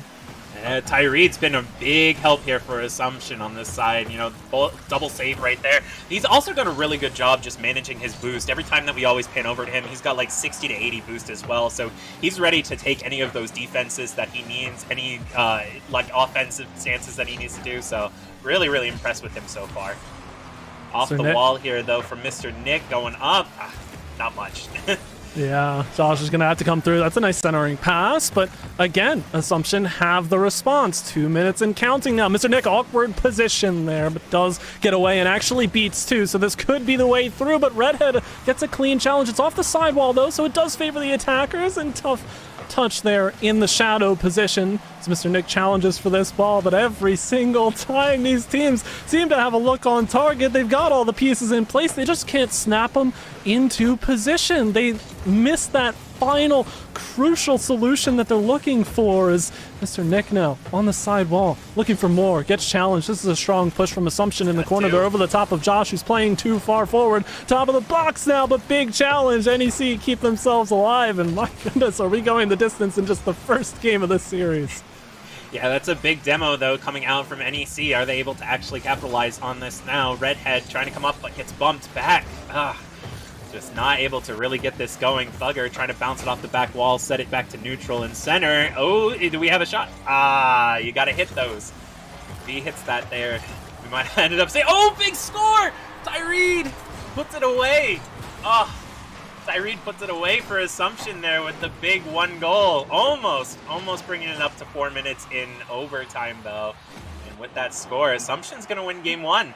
And you know what happens there? It's the mistake. It is absolutely the mistake that is capitalized on. As much as Thugger does not want to think about it, that's what ends up deciding that game. And that's what ends up deciding a lot of sequences in games across any medium at this rank, is the mistakes that are made defensively. We've seen it earlier tonight. Slow play defensively gets punished by teams that are aggressive enough to take those opportunities. Now, Thugger was not in a advantageous position to make a play on that ball. Very much had to try and divert it away from the target as much as possible. Did not end up doing so. It was the top of the box. Nobody else was back for defense, and it was a quick and easy finish there for Assumption to take game one. But nothing else about this game was easy for either team. They had to work for it. There were very few punishable mistakes coming out from either side, because the mistakes that were made had enough space surrounding them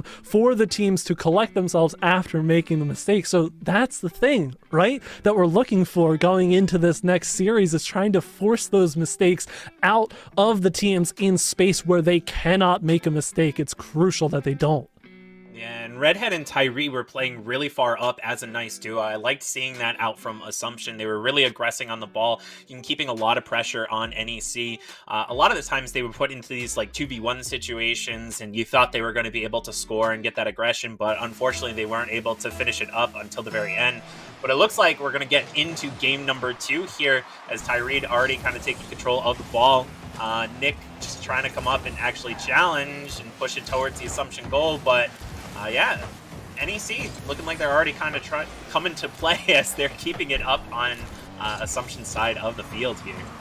Ooh, shot opportunity as well. Saved away, and Assumption survived the early scare. Now sent to the back wall. Redhead to the crossbar. Finisher there. Avery can't quite find the touch. Yet again, golden opportunity gone. And now Mr. Nick favors the boost over the ball a little bit, so it will be more of a clean challenge for Redhead. But Josh sends it back to the opposite side where it came from. And Mr. Nick with a boost steal now. Assumption's got to be feeling it resource-wise, but the ball is cleared down to the other side of the pitch, so it won't mean that much. And it's interesting to see as this game 2 begins to develop. Oftentimes when we see a 1-0 finish in overtime to start the series, we can see a complete contrast in game 2 where the scoring floodgates are immediately opened. Doesn't seem to be the case here in the first minute. Teams happy to resume that back and forth exchanging of possession here in the midfield, the ping pong, if you will. Yeah, both teams had that really nice early aggression where you did have Tyreed who kind of went up, tried to do his own challenge to back, like bounce it off the back wall, but unfortunately wasn't able to finish it off. And even right there, you know, setting it up really nicely, but not able to finish and get that goal, that that golden goal that we needed in that last game.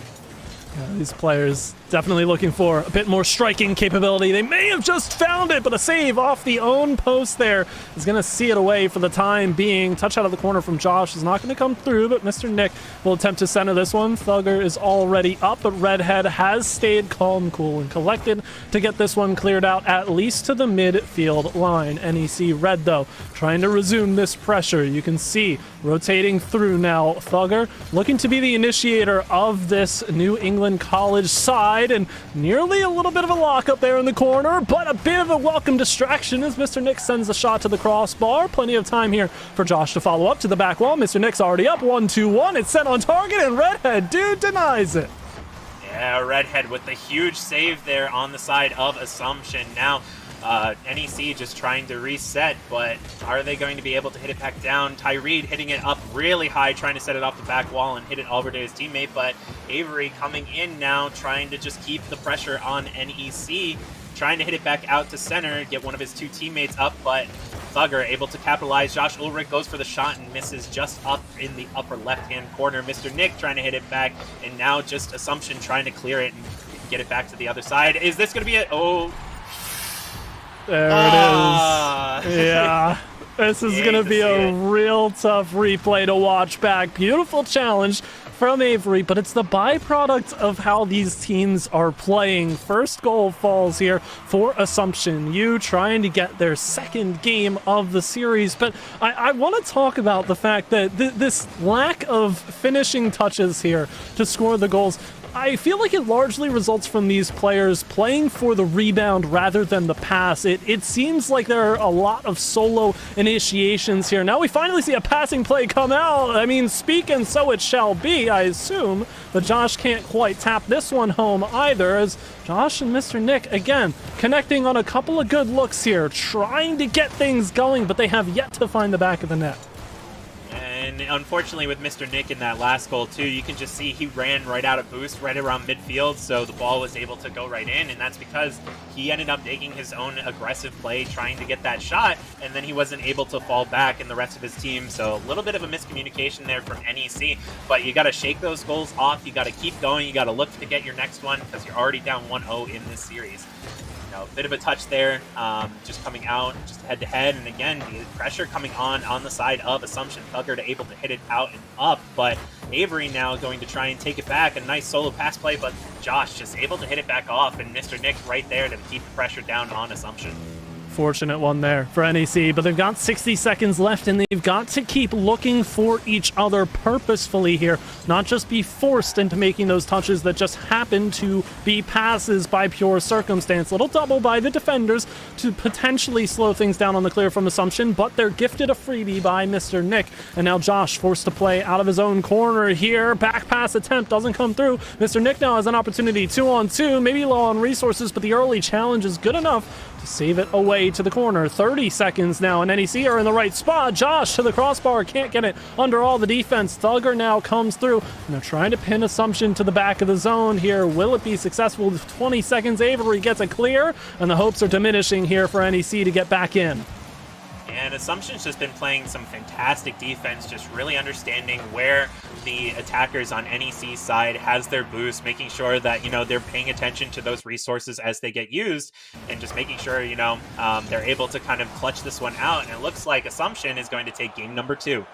Yeah, 1-0 is good enough for Assumption here. Not in overtime this time, and a bit more concerning if you're on the side of New England College, because you have 2 clean sheets built up against you now, have not been able to find that efficiency. And I well and truly think it comes down to finding each other first and foremost. We can talk at length about how Thugger is a good initiator, how Mr. Nick and Josh are able to find each other on the passing play. But the fact of the matter is, Assumption have been forcing these touches upon NEC that they don't want to take. Whether or not they're able to scramble to get it to work out for a pass to clear the zone, that is almost trivial at this point, because they need to be effective with where they place that pass. Merely, you know, having the ball fall from a challenge to a teammate to get them to clear it down the length, Assumption's going to be able to pick that up and get a clear going back the other way. You're not going to get any offensive pressure off of that. So now for NEC, tasked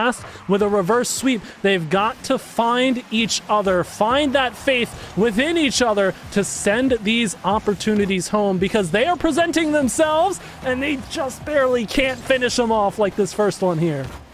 Yeah, and that's the second time that we've seen a game where NEC has just started incredibly strong, just coming right out of the gate, able to set something up, able to kind of do these solo plays, but, you know, Assumption just ready with the defense, just ready to challenge all of these touches. Now a nice little setup, but Thugger not able to qualify, and oh, he's not able to get back! Tyreed! Nice score, nice up and over, able to get it up to Thugger and just shoot it right downfield and score a quick one for Assumption. This is starting to become a pretty dangerous habit for New England College. That's the second in a row. First, we saw Avery with a big challenge at the top of Assumption's own box, and this time it's Tyreed. Assumption finding success with those long clears that immediately find their target, which just speaks to the fact that NEC need to be ready on transition defense, because we haven't seen too many counterattacks come out from either side, but I think that's giving NEC Red a false sense of security. They're not really ready to defend it. Nice flick here from Redhead to try and get things started. But again, you can see Assumption, they are so confident right now. They're holding positions in the offensive zone. Over the top, though, to the far side, Mr. Nick finally gets NEC on the board. Oh, I like that finisher, too. That was really sick. No, yeah, NEC's coming out with their first goal of the entire series, so maybe bringing back some of the little confidence that they need to come back in this series, maybe start the reverse sweep. You know, and all it takes is just one. Indeed, especially in a series that in scoreline has been as close as it has, and I don't necessarily think it's been too distant in play style, but NEC Red is certainly looking for that clinicality, and they have another opportunity here. Josh may have not been the shot he was going for, but it wasn't the shot the defender was ready for, and that's good enough for the goal. NEC out in front. Yeah, this is the first time we've seen them lead all series, so, you know, we got to start somewhere, but plenty of time left on the clock for Assumption to come back. Again, Assumption had that game plan. They got up 1-0 really fast in this game. Then all they needed to really do was play defense. But unfortunately, their defense has started to fall apart. Maybe NEC is finding some cracks in there and just able to kind of capitalize on some of the misplays from Assumption. So now they got to go back on the aggression, see what they can do, and see if they can take this game back. We all know the potential for when it rains, it pours. That all too common idea where NEC finds the solution and they hammer it home time and time again, get consistent with it, and force Assumption to really readjust their play style here. You can see they're taking a bit more of a defensive stance as well. Still getting the clears out, but it's a quick change of hands for possession as Josh at least gets a look at a challenge here. Mr. Nick plays slow, and that's not going to cut it. It is held off. Midfield now, Thugger up and barely gets enough of that ball to see it through to the corner. So as time continues to tick, NEC doing a really solid job of playing proactively here. Mr. Nick is going off the back wall, and a save, a deep dig there. Josh off the back as well. Bumps galore. Thugger comes through for the punch, but the challenge is there. Ball is held at midfield. We're halfway through. Assumption with an opportunity to tie things up, but the shot doesn't have any juice. Yeah, if only he was able to angle that just a little bit further down, get that nice little spike, he could have taken that nice clean shot. down on the side in favor of Assumption, but unfortunately, Thugger able to play there. He's actually been doing a really good job on defense for NEC this entire matchup. That's something that we haven't really talked about with him. He's gotten some really nice clears. He's won a lot of 50s as well, just in the midfield, just trying to set that back up and making sure that his team isn't felt too much of the pressure, especially in this later game here. Avery now trying to start something for his team. Tyreed going up, flying. Oh, not able to finish, but almost had it in that nice pocket corner with the big solo play. Close opportunity. Ends up bumping the teammate on the way back, so that might slow things down for Assumption, but they're very gratuitously being given a lot of time here to deal with it, and now Avery has gotten a free ball for some reason at the middle of the field, so NEC not too keen to punch that one into their offensive side too quickly, as now Redhead gets beat over the top after the initial touch, but I'll open up space here for Avery to come through, looking for an opportunity of his own, but gets challenged very early here, and NEC trying to play as proactive as they can, but still pinned towards the back recesses of their zone. Now over towards Avery yet again. Assumption now window closing to try and find the equalizer. They've got the security of the 2-game lead on their side, but certainly don't really want to drop this one because it's a sign of a bit of a struggle. They haven't found the same sort of offensive efficiency as they had earlier on in this series. And Tyreed just able to get the nice clear there and getting the nice little demo off the wall, but not able to capitalize off of this as Mr. Nick tries to dribble. Thugger goes up for the shot, but unable to finish. So now Tyreed going to give Assumption the chance to clear back. He makes the solo play to get it almost into the goal of NEC. Off the backboard on the top, but not able to get a teammate there to finish. Mr. Nick now dribbling it down, just trying to set it up for his teammate Josh Ulrich. Able to drop it in, but Assumption there, ready to clear.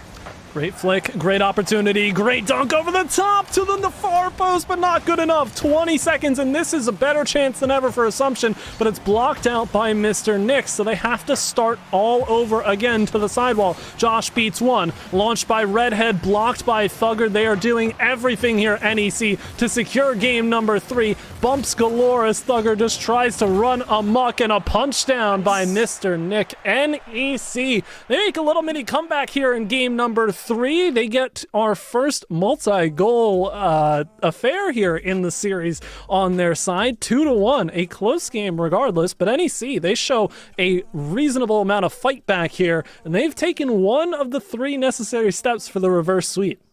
Yeah, and a nice bit of resistance on NEC. I mean, Mr. Nick really stepping it up in this game, getting a nice goal off the top. You can see, again, those 2 aggressors like Nick and Ulrich there, just making sure that they're trying to keep as much pressure on the Assumption side. Thugger also, like I said, playing really great defense for most of this game, just getting a lot of nice clears, helping set up his teammates so that they can just kind of capitalize on that goals. Again, it's a nice low-scoring series, so it just shows that both of these teams are really evenly matched, and, we're not going to get the clean sweep. So more Rocket League. I love it. We're here for it. So, we'll get back into this game, and we're going to see, can NEC complete the reverse sweep?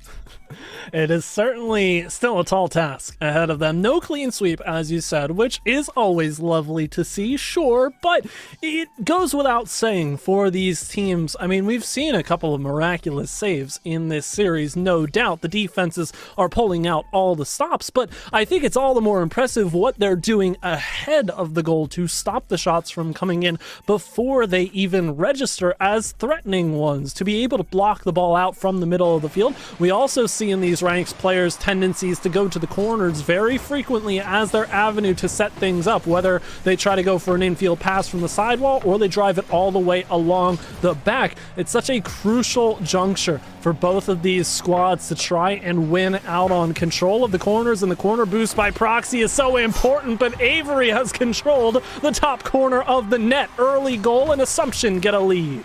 Yeah, I didn't think that was actually going to go in on that one, but a nice little pocket corner. Look at this, right in that top right corner, and a little bit of bounce off the wall to just kind of secure it and make the pop go, early. So Assumption able to take the 1-0 lead nice and early. And Avery, I think that is his first goal of the series, if I'm not mistaken.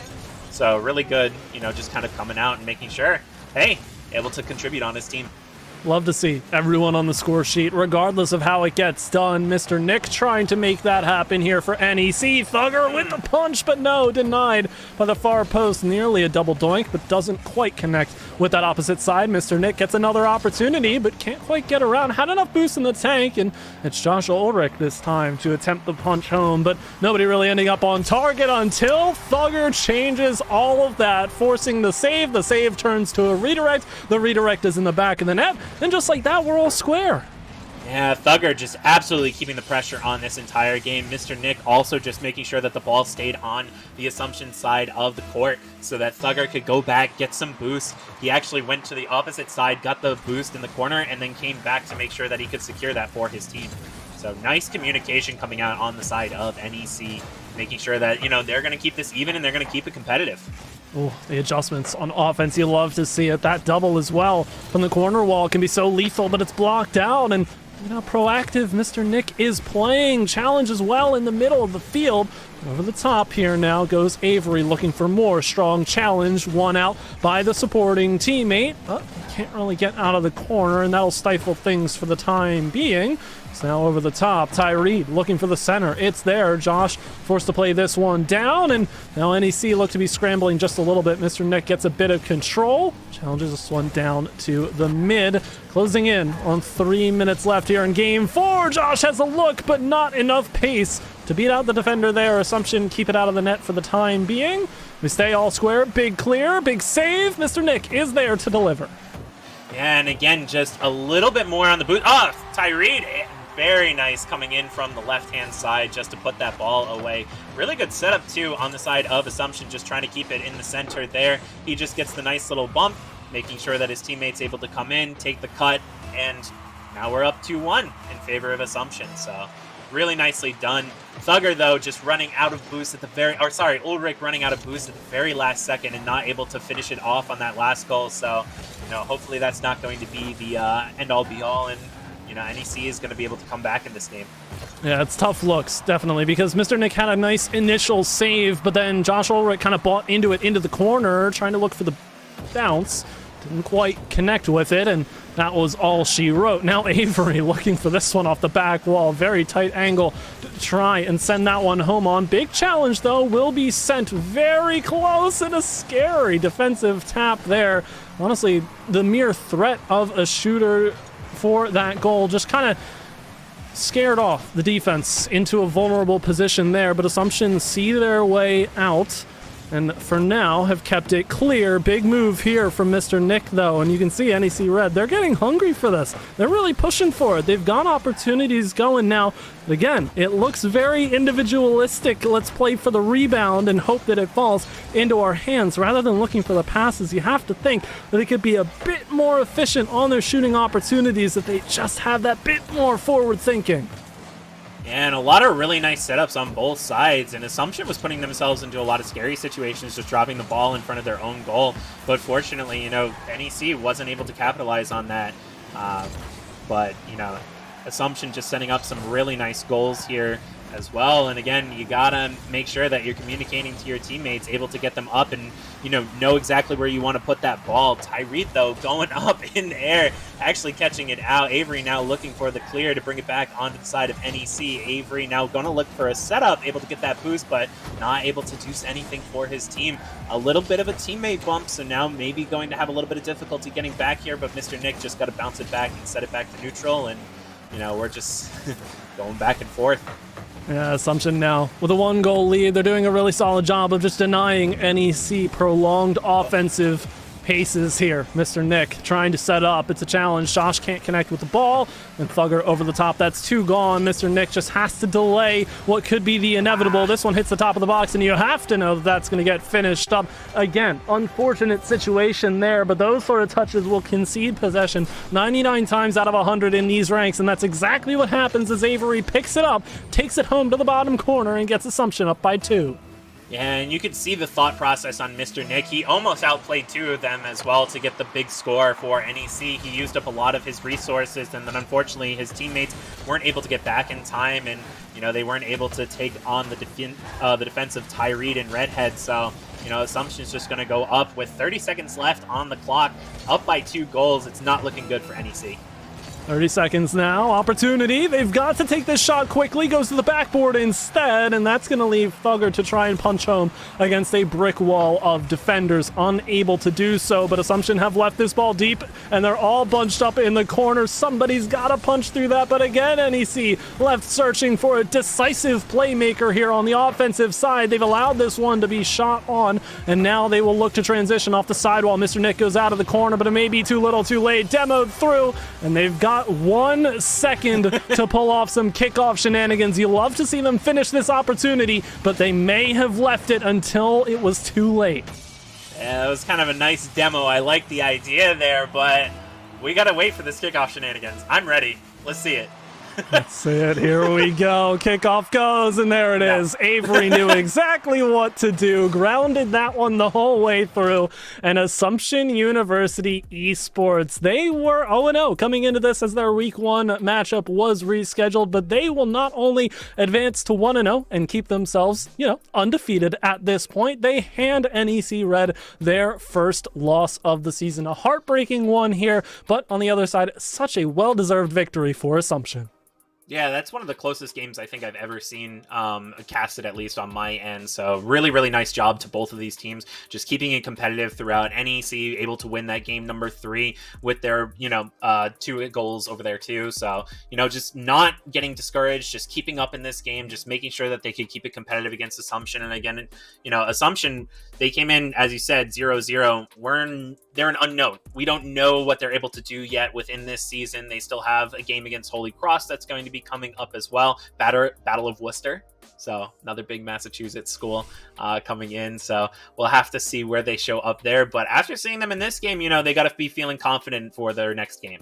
It is Assumption that comes out on top here, but will it be the same if these teams match up again? Only time will tell. And if you thought you had enough of the emergent action, you ain't seen nothing yet. Our 4th and final match coming up on the other side of this break. New Mexico State University taking on Southwestern Oklahoma State University in the Heartland Division. We will see you there.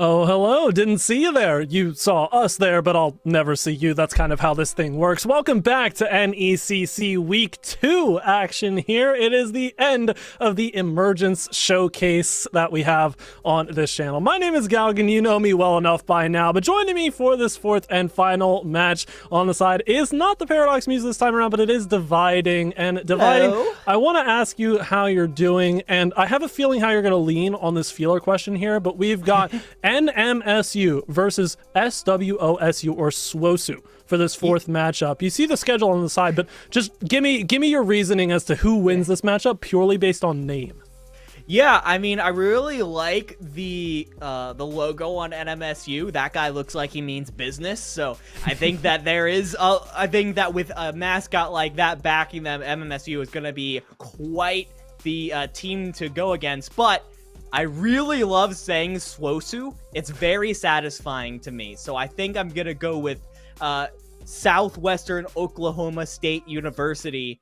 And from this was just to prove to the audience that I know what that means. But I will be calling it SWOSU from now on because it's way easier.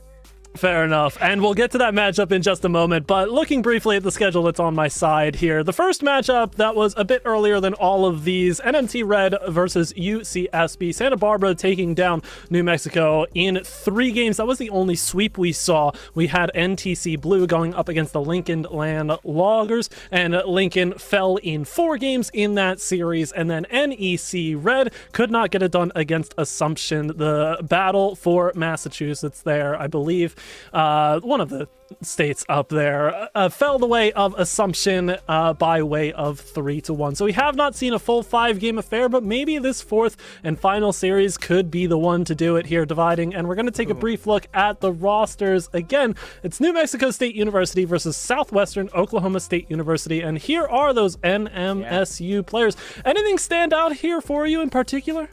Well, I think what stands out to me is that this is an entire team of freshmen right now. Really, everyone's first year, not only as a Rocket League squad, but also as a collegiate student in general. So Kuruma, Cold Ramen, Squishy, they have a little bit of gelling to do as a team before they really come into their own, and that is seen through their first match, which was a 1-3 loss versus Baker University last week. So this new squad really still searching for their first dub.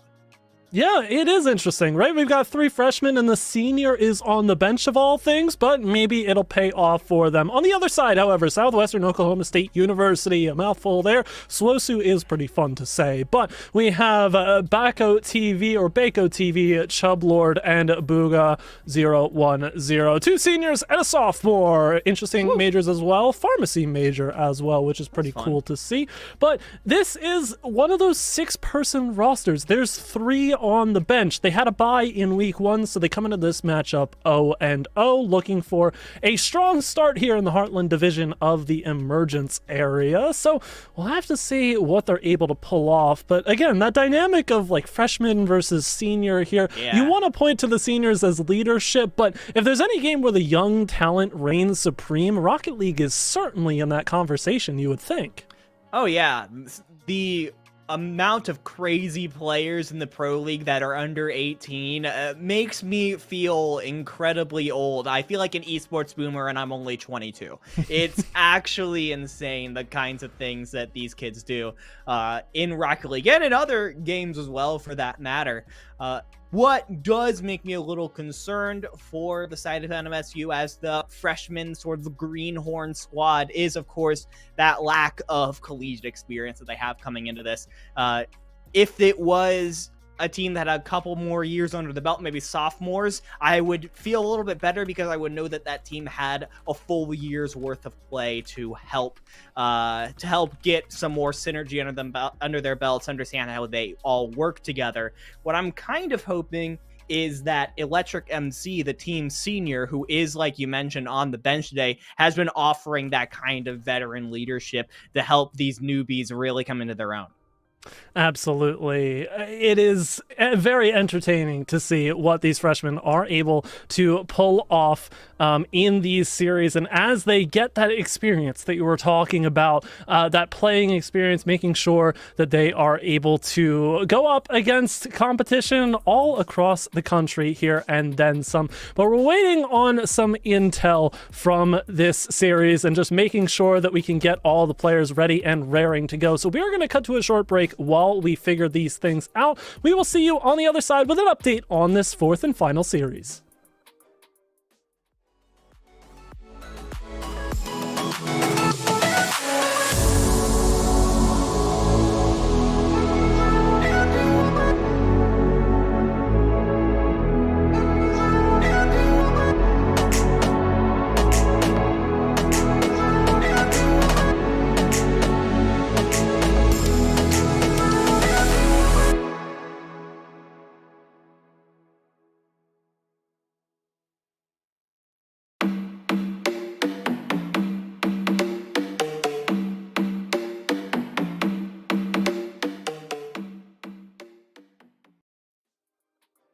Hello, everybody. Quick break there. We hashed things out pretty quickly. Got a solid team working behind the scenes, but unfortunately, it's not in a super amazing way. We talked about the experience that these players want to get, and unfortunately, it's not to be this time around. NMSU will be forfeiting this match and moving on, so that will give Southwestern Oklahoma State University their first win in their first series. It is a forfeit, so dividing, moving on into the rest of the season, maybe something to look past. They're not really too concerned with it, but it's still nice to have that 1-0 in their pocket.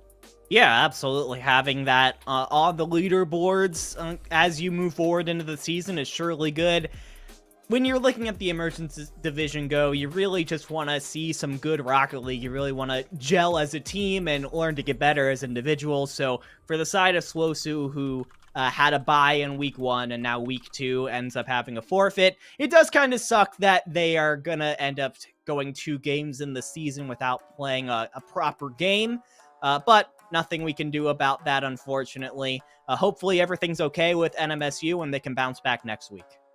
Absolutely, and while the action may have wrapped up here because that was the final match scheduled on NECC 2, guess what? There's more Rocket League to be seen on NECC_esports, so make sure you type that into your Twitch search bar right here and right now because we don't want to see you missing out on that high-octane action. Looks like 2 more matches scheduled for the evening as well, surely to be entertaining fixtures to watch. For us, though, Dividing and Galgan and everybody else working behind the scenes, that is it for this stream. Thank you so very much for watching, and we'll see you next week.